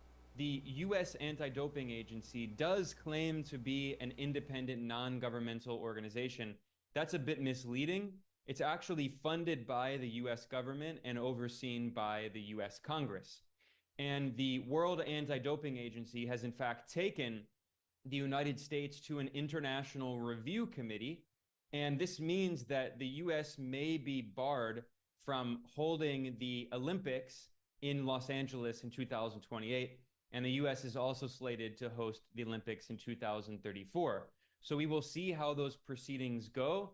But the World Anti-Doping Agency has said very clearly that the United States has violated these crucial rules and has allowed some of its athletes, an unknown number, since at least 2011, to compete in international sporting events, including in the Olympics, while violating anti-doping rules. That's obviously unfair. This, of course, is deeply ironic given that we now know that the U.S. has allowed its own athletes since at least 2011 to use prohibited substances in violation of anti-doping rules.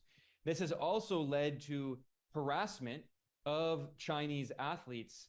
In the 2024 Olympics, the average member of the Chinese swimming team was subjected to 21 different drug tests on average, whereas the average member of the U.S. swimming team was only subjected to 6 drug tests, and the average member of the swimming teams from European countries and Japan only had to do 4 drug tests. So clearly, Chinese athletes were being held to a much higher set of standards, which is obviously unfair.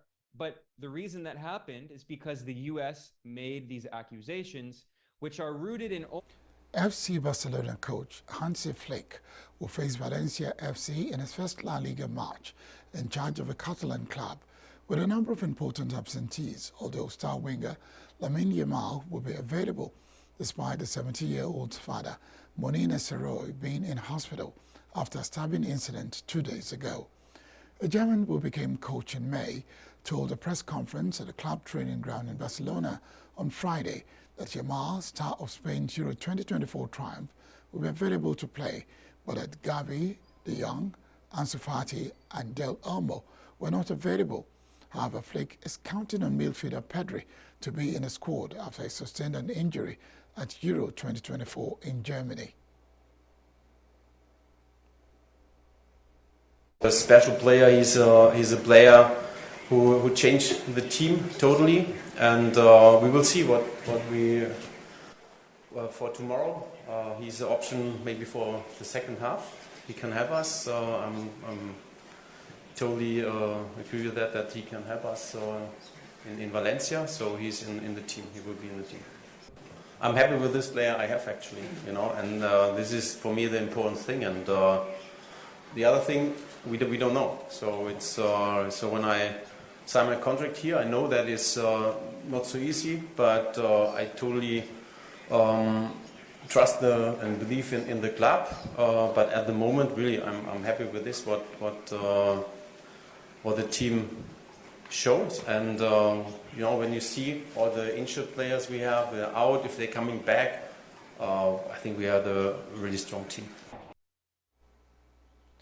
Atletico Madrid unveiled on Friday Argentine forward Julian Alvarez from Premier League side Manchester City on a 6-year contract. Financial details about the transfer were not disclosed by either club, but British media reported that the deal was worth around $82 million, plus potential add-ons. 24-year-old Argentine international exit marks a record sale price for City eclipsing the £50 million Chelsea paid for winger Raheem Sterling in 2022. Alvarez joined City from Argentine club River Plate in 2022 for £14 million and scored 36 goals in 103 appearances for manager Pep Guardiola's side. He won the Premier League twice and the Champions League, FA Cup, Super Cup and Club World Cup once each, and also won the 2022 World Cup with Argentina and the Copa America earlier this year. Atletico manager Diego Simeone has been on the lookout for centre forward since Alvaro Morata's move to AC Milan last month.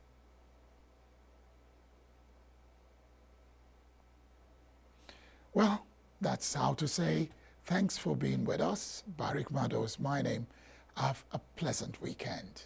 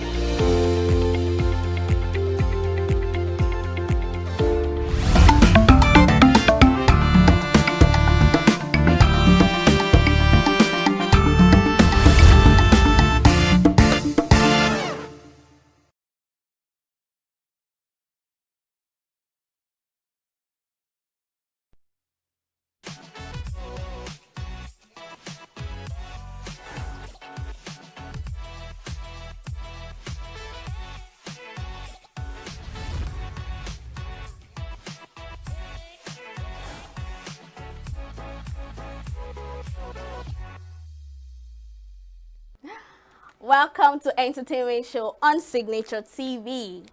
And I'm your baby girl, Queen Nets Wokoda. Thank God it's Friday. It's Friday and it's the beginning of the weekend. I'm going to advise you. Make sure you have as much fun as you should. Go for those parties, go for those events, go for the hangouts. Don't suck on your bed, babies. All right, we have interesting stories and gist for you today. First, the family of the late gospel singer Aduke Ajayi, popularly known as Aduke Gold, has finally revealed her cause of death. Aduke Gold died at the University College Hospital UCH, Ibadan on Monday, August 12, 2024. Her unexpected death triggered diverse responses on social media as fans and her colleagues in the industry continue to grieve. A few hours after her death, a viral report claimed that Aduke Gold died while undergoing fibroid surgery. However, reacting to the controversies generated by the singer's shocking death, her brother, Pastor Ajayi Aderugbo, refuted the reports and warned that people should verify information before spreading rumors. Speaking in a now trending video on social media, Pastor Ajayi stated that Aduke died of cervical cancer, according to the death certificates from the hospital. May her soul rest in perfect peace. I mean, we've lost one gospel singer in the music industry. All right, Jack died on Thursday, surrounded by his family, including wife Heta Ann and son Matthew Huko, plus his cousin and some friends, according to his band. Russell family spokesperson KL Doty tells TMZ that Jack died as a result of Lewy body dementia and multiple system atrophy. Jack announced his diagnosis last month when he retired from touring, and both conditions affect most skills. Jack's band is remembering him for his sense of humor, exceptional zest for life, and unshakable contribution to rock and roll, where his legacy will forever thrive. Jack sang for Great White from 1981 until 1996, when he tried his hand on a solo career after his first solo album came out. He went back to Great White until 2001, when the band broke up. From there, Jack changed the band's name to Jack Russell's Great White. The band involved the 2003 Rhode Island nightclub fire that killed 100 people. Let's see his video.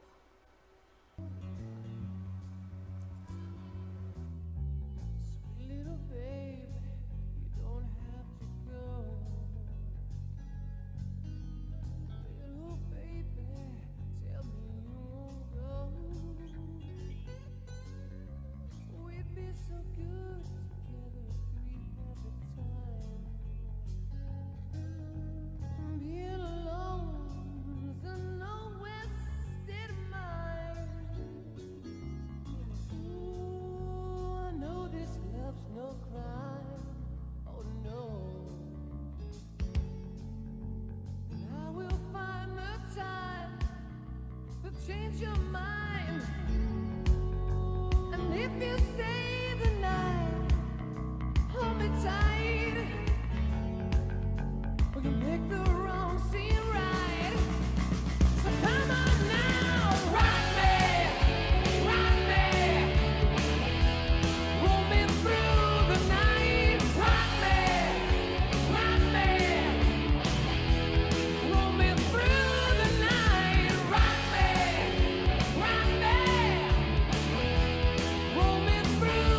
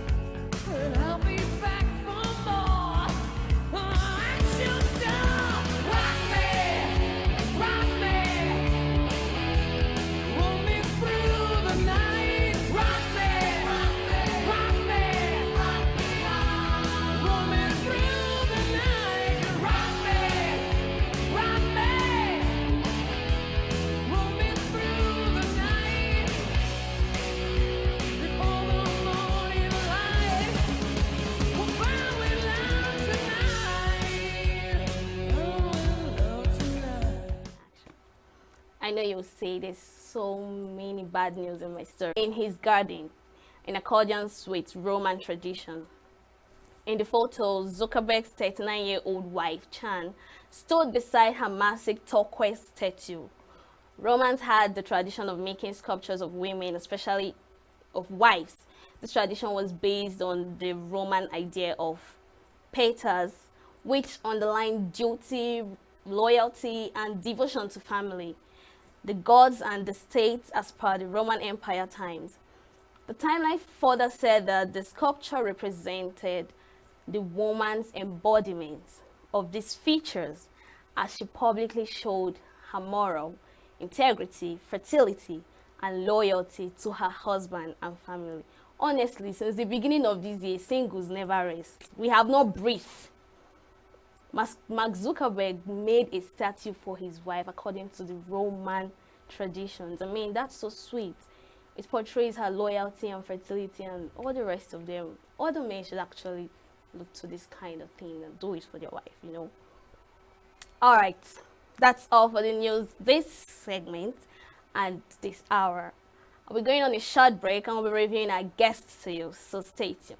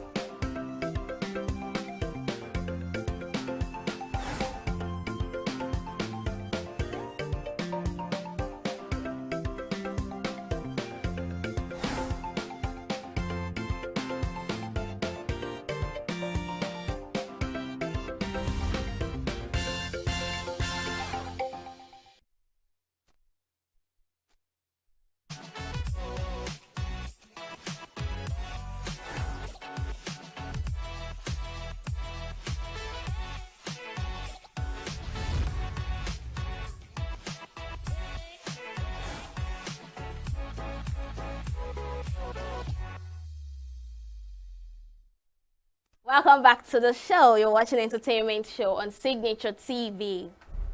We have a wonderful guest. He has a lot on his table.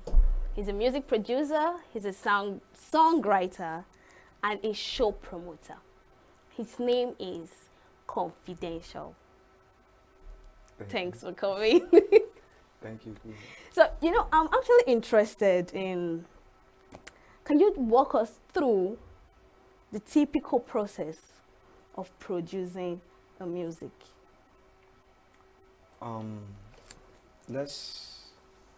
First of all, I always say music is a process. It's like a lifestyle. You get me? You need to be in love with it to really do it. It's not something. Some people tell you that music is spiritual. Okay. You understand? It is really spiritual. So, basically music production is you get your producer, you record, you mix, you master, you sound, you balance the sound. It's called sound engineering. You remaster again. Then you try to test it on, like as a producer, before you give your song to, what do they call it, your client, it should be test-run. Okay. You get what do they call it, reviews from your fellow producers or fellow music, what do they call it? Artists. Yes. Or songwriters. Yes. So like you send it to them to like check this thing out, and what do you think of what? I just felt like I grew in production. Okay. Because I remember when only me they do everything. Like because I feel I can mix, I can master, I can balance, Then I started going deep into music and seeing that for me to actually get the quality I want, it's not really a one-man job. Before I use FX Studio, I'll produce beat, I'll do some things. It sounds well, but getting deep and deep and deep, I saw that I don't really, you can't do everything on your own. Like I started watching how the Western people do music. 15 producers on one song. What? Yes, check it now. You see 15 producers, you see on one song, or like an album or something. One song. Oh my goodness. Check, like it's facts, check. Production, serious? you see Travis, you see like you see. So I started it. I was like, okay, I know this guy is good in sound balancing. I know this guy is good. I know, and the truth is, in ENUGU market, I always use it. I've worked with a lot of producers. I know a producer that can give me an excellent beat, but he's not good in mixing. Okay. But he can give me, like, I know someone that can mix, but he's not good in this and this and this. So it's networking. I meet you, I say, okay, do this for me, let's do this, just a team. And at the end, you're getting a beautiful work. You're asking yourself whether it was really produced with this equipment we have. Yeah. So that's just it. So like, you know, these music artists, they have managers. You know, I had a conversation with somebody and he was like, most times working with these managers, they don't give you what you want. They don't motivate you. They don't give you the energy and vibe. All right. So I want to ask now, as a music producer, apart from working with the music artists, do you people also work with the managers? See, let me be honest with you. Recently, I just feel like every day I'm doing this music. Every day I'm like, because this is, I always say this is my lifestyle. I'm not rushing. It's what I will do till I die. You get my point? So I have every day to do it. And because I'm really doing it every day, I just feel like I'm still in a very, very shallow state, because what I thought I figured out last time, at a go, I'll see that maybe, hey, I don't really even know this. So I'm seeing growth, because once I'm learning. So things I've seen in this music now, music does not have pattern. Okay. But you can work with the music artist manager. If there are some people that will want to record. Yeah. That the first call you hear is from the manager. How far this so person wants to record. Yeah. This is. Are we coming to the studio or are you coming? Or like you see that these people now are working on a professional level. Yes. You get my point. Before you get to the venue or before you see that everything time, they will say you see how the work will go. Then there are some people now, you go get wahala, you go like, but that's it. That's the beauty of being a producer, working with everybody. And it's like, you don't have access to this, you don't have access to this, you don't have access. So you will not say because this is how this person is working, I'll come and try to work that same way with you. I need to understand who I'm working with. Okay. So like, is it possible because you're the producer and you're into sound engineering too, is it possible for that music manager, that musician's manager to say, oh bro, this particular sound logo work or that kind of thing? So, you know, if you talk about music executives, let me use label. Okay. I'm a label owner too. So, label. If there is a settings in label, there are some label that you have 3 managers. Okay. Doing different things. Some have 2. Yeah. Some you have a manager. Some you have a PA. Now, you have executives working. You have a team working with you. You understand? Now, it's deeper than that. Sometimes your manager does not have a say. You understand? Really? It's like depending on the project. Okay. I'm trying to talk from a professional aspect, Okay. especially in labels. Yeah. Now, the manager, what the manager does, like, manager is the person that speaks for this artist and his representation. Okay, that's why sometimes you can have 2 managers. They have manager for logistics and this and this. So everything I'm taking for you now, Queen, as an artist, I'm taking care of your logistics. I want everything. Then I have someone that is looking for shows for me, looking for opportunity. And sometimes I can have someone that is, you get my point? Yeah. So it depends. Maybe if my manager is my boss, he can say, you're not dropping this. But that decision is not always from the managers. It's from the team. It's from the, like, the what do they call it, distribution team. It's from, like, because it's a label family. Yeah. When the executives, they will say, we don't like this project, we don't do this, we don't do this. So apart from it, if your manager is bigger than, like, has all this, that means you're directly working for him. Yeah. You understand? So like, those producers have like a community, or let's say a forum where you say, this is a meeting for producers, this is a meeting for songwriters, this is a meeting for sound engineers, and they have welfare for them, because you know most times is the artist that they're seeing, all right? They don't know the back work that has been done. So is there a community or even a group chat or anything that they will say, oh, this is a forum for producers? Are they even recognized? That's another thing. See, you know, I'll go back. Let me say this. This entertainment, I did not really start as a music producer. You get me? I was shooting with a comedian they call Dave Wink. I shot with Dave Wink. I shot with Ezon. So I was like an extra. You understand? So now, talking about community, I've worked with. I was also into movie. Like, I also acted. I've acted movies. Really? Yes, and I'm a videographer too. So I don't shoot Nigeria like Nollywood. Okay. So I've seen a lot of things. Like, and I'm still saying, the truth is, when you come to music, it's different in this entertainment game. Fact. You know why?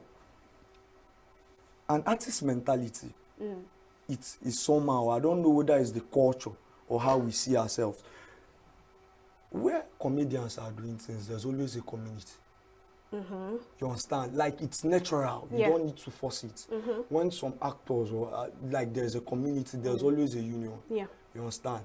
And But you see, when it comes to music, artists, producers, and everything, it's like basically you know 1 or 2, 3 people that you guys are working together. But I can't really say, okay, let me pinpoint in ENUGU. I can't really say we have a forum. Okay. But we interact, we hang, sometimes you work with this person, but we don't really have a forum or a community. And it's like that because of how, music, you know, when I'm seeing some things, sometimes I'm like, hey, I'll be just cold-blooded because as an artist, you go suffer. It's like, right now, talking about music promotion, my guy called me, I wanted to promote music, blog, this one. Before everything coming out, 3.5 million, you have not done TV, you have not done anything. You just want to do the normal blog, the normal community, the normal sponsored ad on a level. And you see now, a blogger is charging you 500K. A local blogger, I'm not even saying a local blogger. Now, as an artist, you get things where you go see. First of all, a normal artist, they do you big boy. Like a normal artist. Now, some people go carry label one you. Then you're seeing things. Anytime you get to any level you get, they start feeling like. So it's sad. And most of us in this industry, you'll be laughing with, I can be laughing with you, but it's not from my heart. You get my point? So I can't really talk about the thing like happening as an association. And it's challenging. Like this thing I'm telling you is universal. In music now, that's why you should, like, I always advise myself and people. Okay. Just know what you want. You can't be friends with everybody. It's not possible. Okay. Don't try to please everybody. Just that best of best, those people that are your people, those people you can connect with and work with them, do your thing. Grow. So can you describe the current landscape of music promotion in Nigeria? Because As a whole? Yes, as a whole. I always like speaking from experience. I'm not a speculator. Okay. You understand? So I will tell you that since I'm playing from this, and this is what I've observed. Nigeria as a market, thank God that the music, like, we are now on a global stage. Yeah. The way it has been paved. And right now, thank God for social media. If I do what I need to do right, I can blow or I can sell from any part easily to any part of the world. You get me?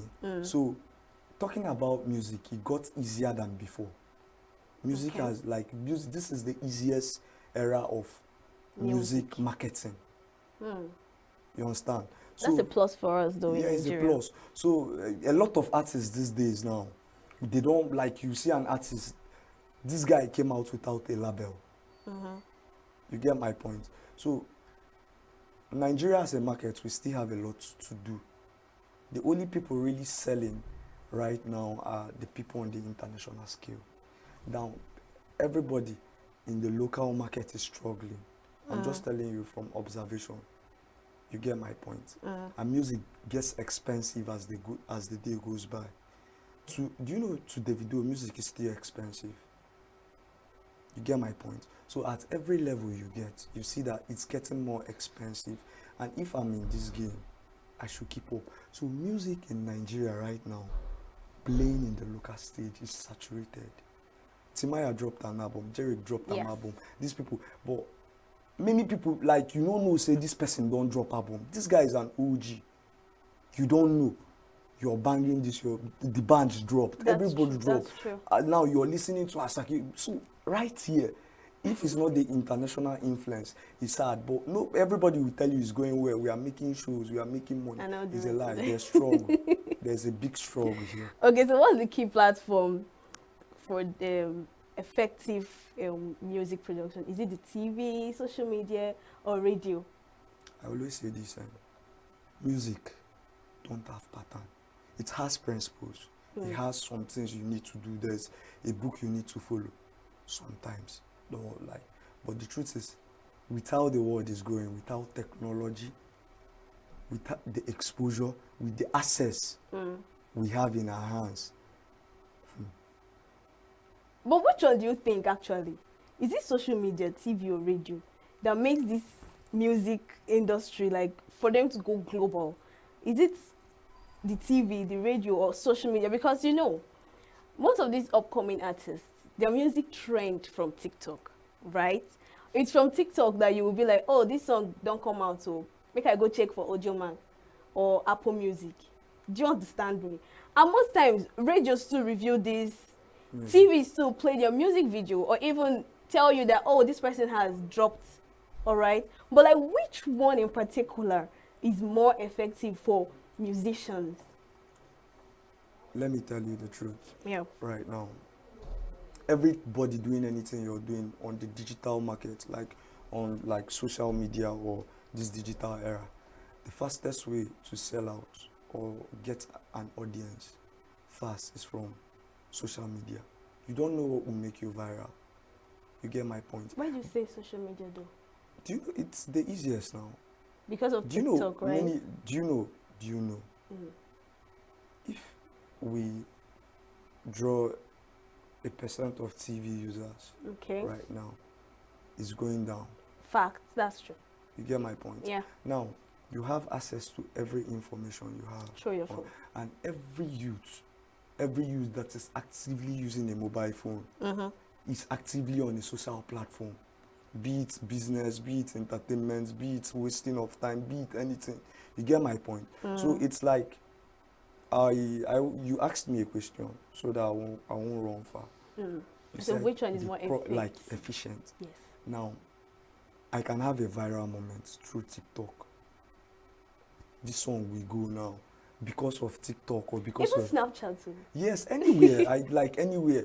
There's a guy that blew on Instagram. One Coyote once that time. Yeah. He blew on Instagram. Now, I can have a viral moment, but there's what they call music business, like music commercial. They have people they call commercial artists. I can go viral. I can use like there's how I'll position myself. There's how I'll position my team, and I'll go viral.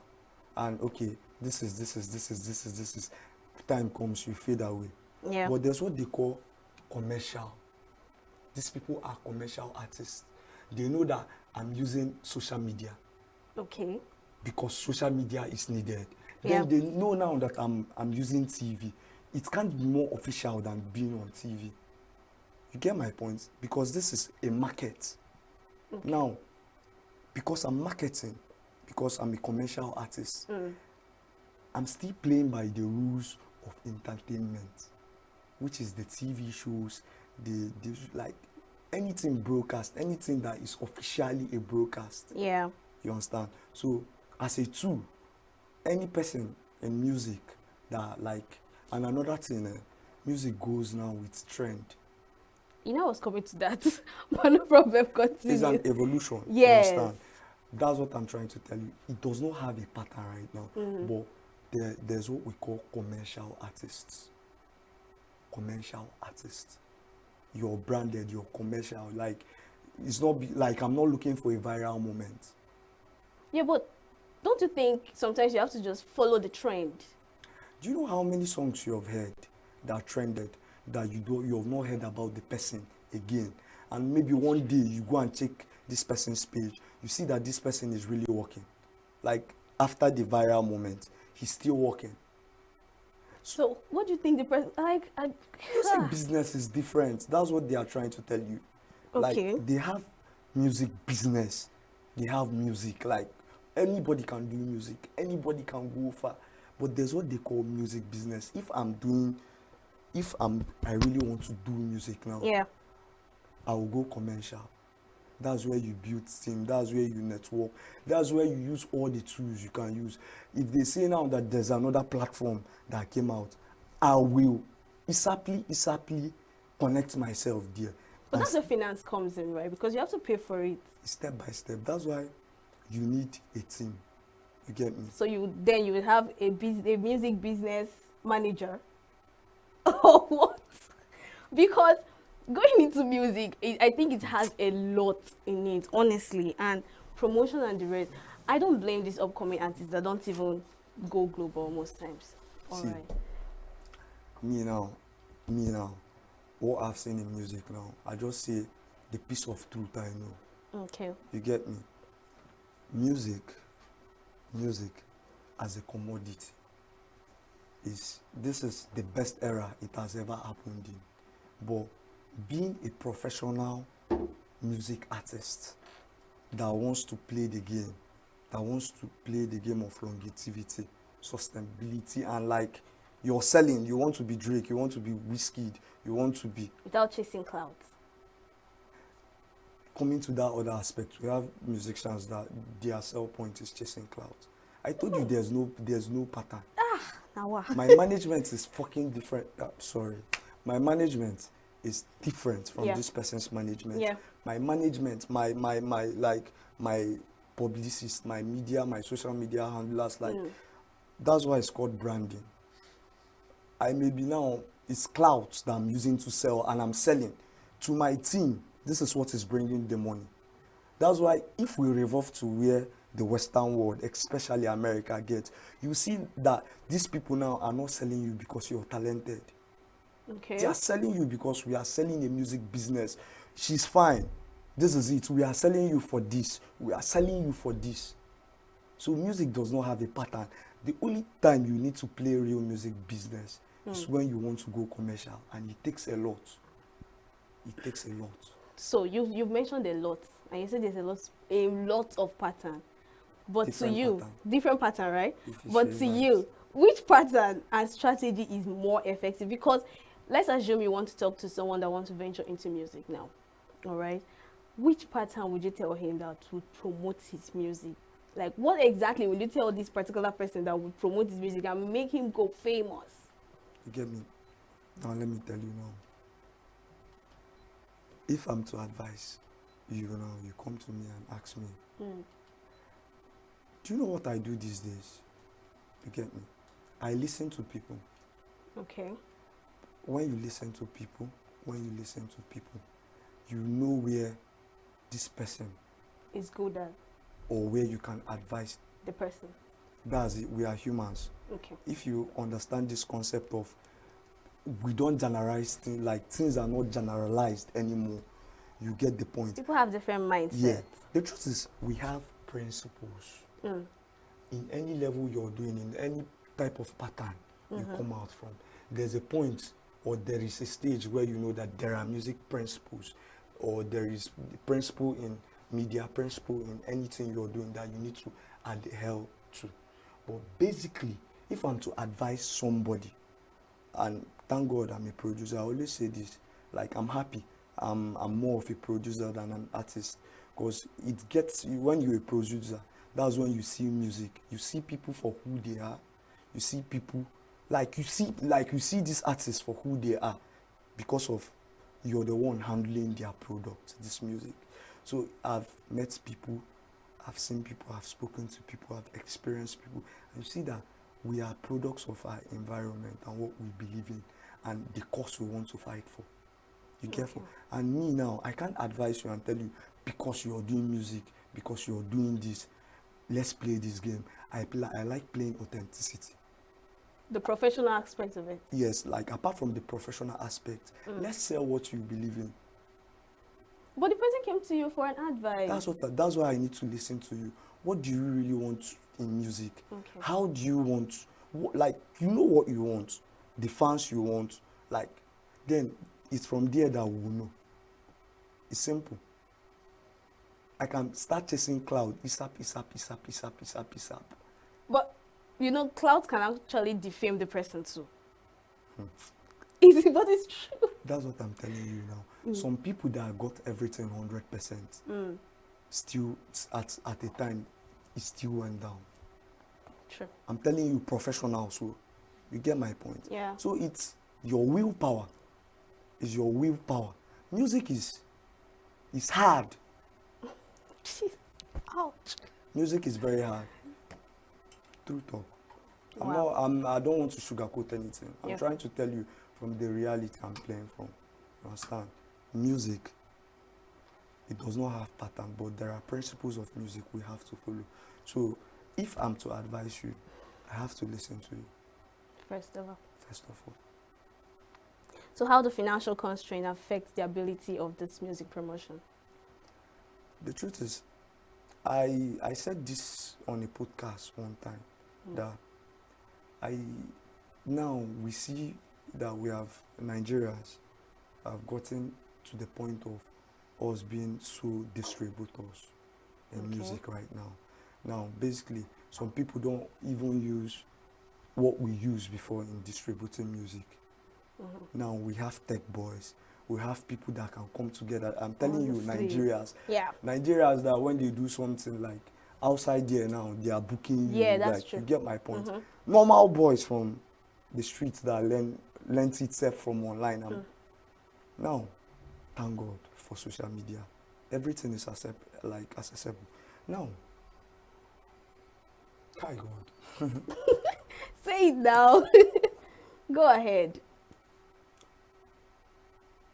Distribution. Now we have people. You hear this guy. What do they call him? This one that is doing for Charlie Poppy. What's that his name? Before I forget. But we have many distribution companies now, and we are doing well. But I always try to see the truth out of it. We are getting advanced. I talked to some people in ENUGU. Once I told them, let's bring the culture of, since things are very simple. We are talking about finance, right? It's very easy to make money from music now if you have the right community. That's why some people have blown, their breakthrough came without label. People like Omale. Okay, look at Jerick, for instance now. Jerick now was he was in partnership with people for a long time, doing his things. He got to where he got to. You get my point? Now, at the point, we see it as making money in music is very hard. They always tell you this. That's the way it seems now. It's just what the labels are playing at. Okay. You get my point? So now, the financial aspect. That's why you need to know your community. Yeah. I always tell people, stay true to your community. If I have my community, I can come out tomorrow and say, I want to drop this project. All right. I want my community. Okay. All right. Thank you so much, Confidential. You said a whole lot in this movie, promotion and the rest of them. And I hope they're hearing you, because the part that is actually hurting me is where you said music is hard. That part broke my heart, honestly. But thank you so much for joining us today. Would love to have more of you. All right. So we'll go on a short break and we'll be reviewing recommended movies for you. So stay tuned.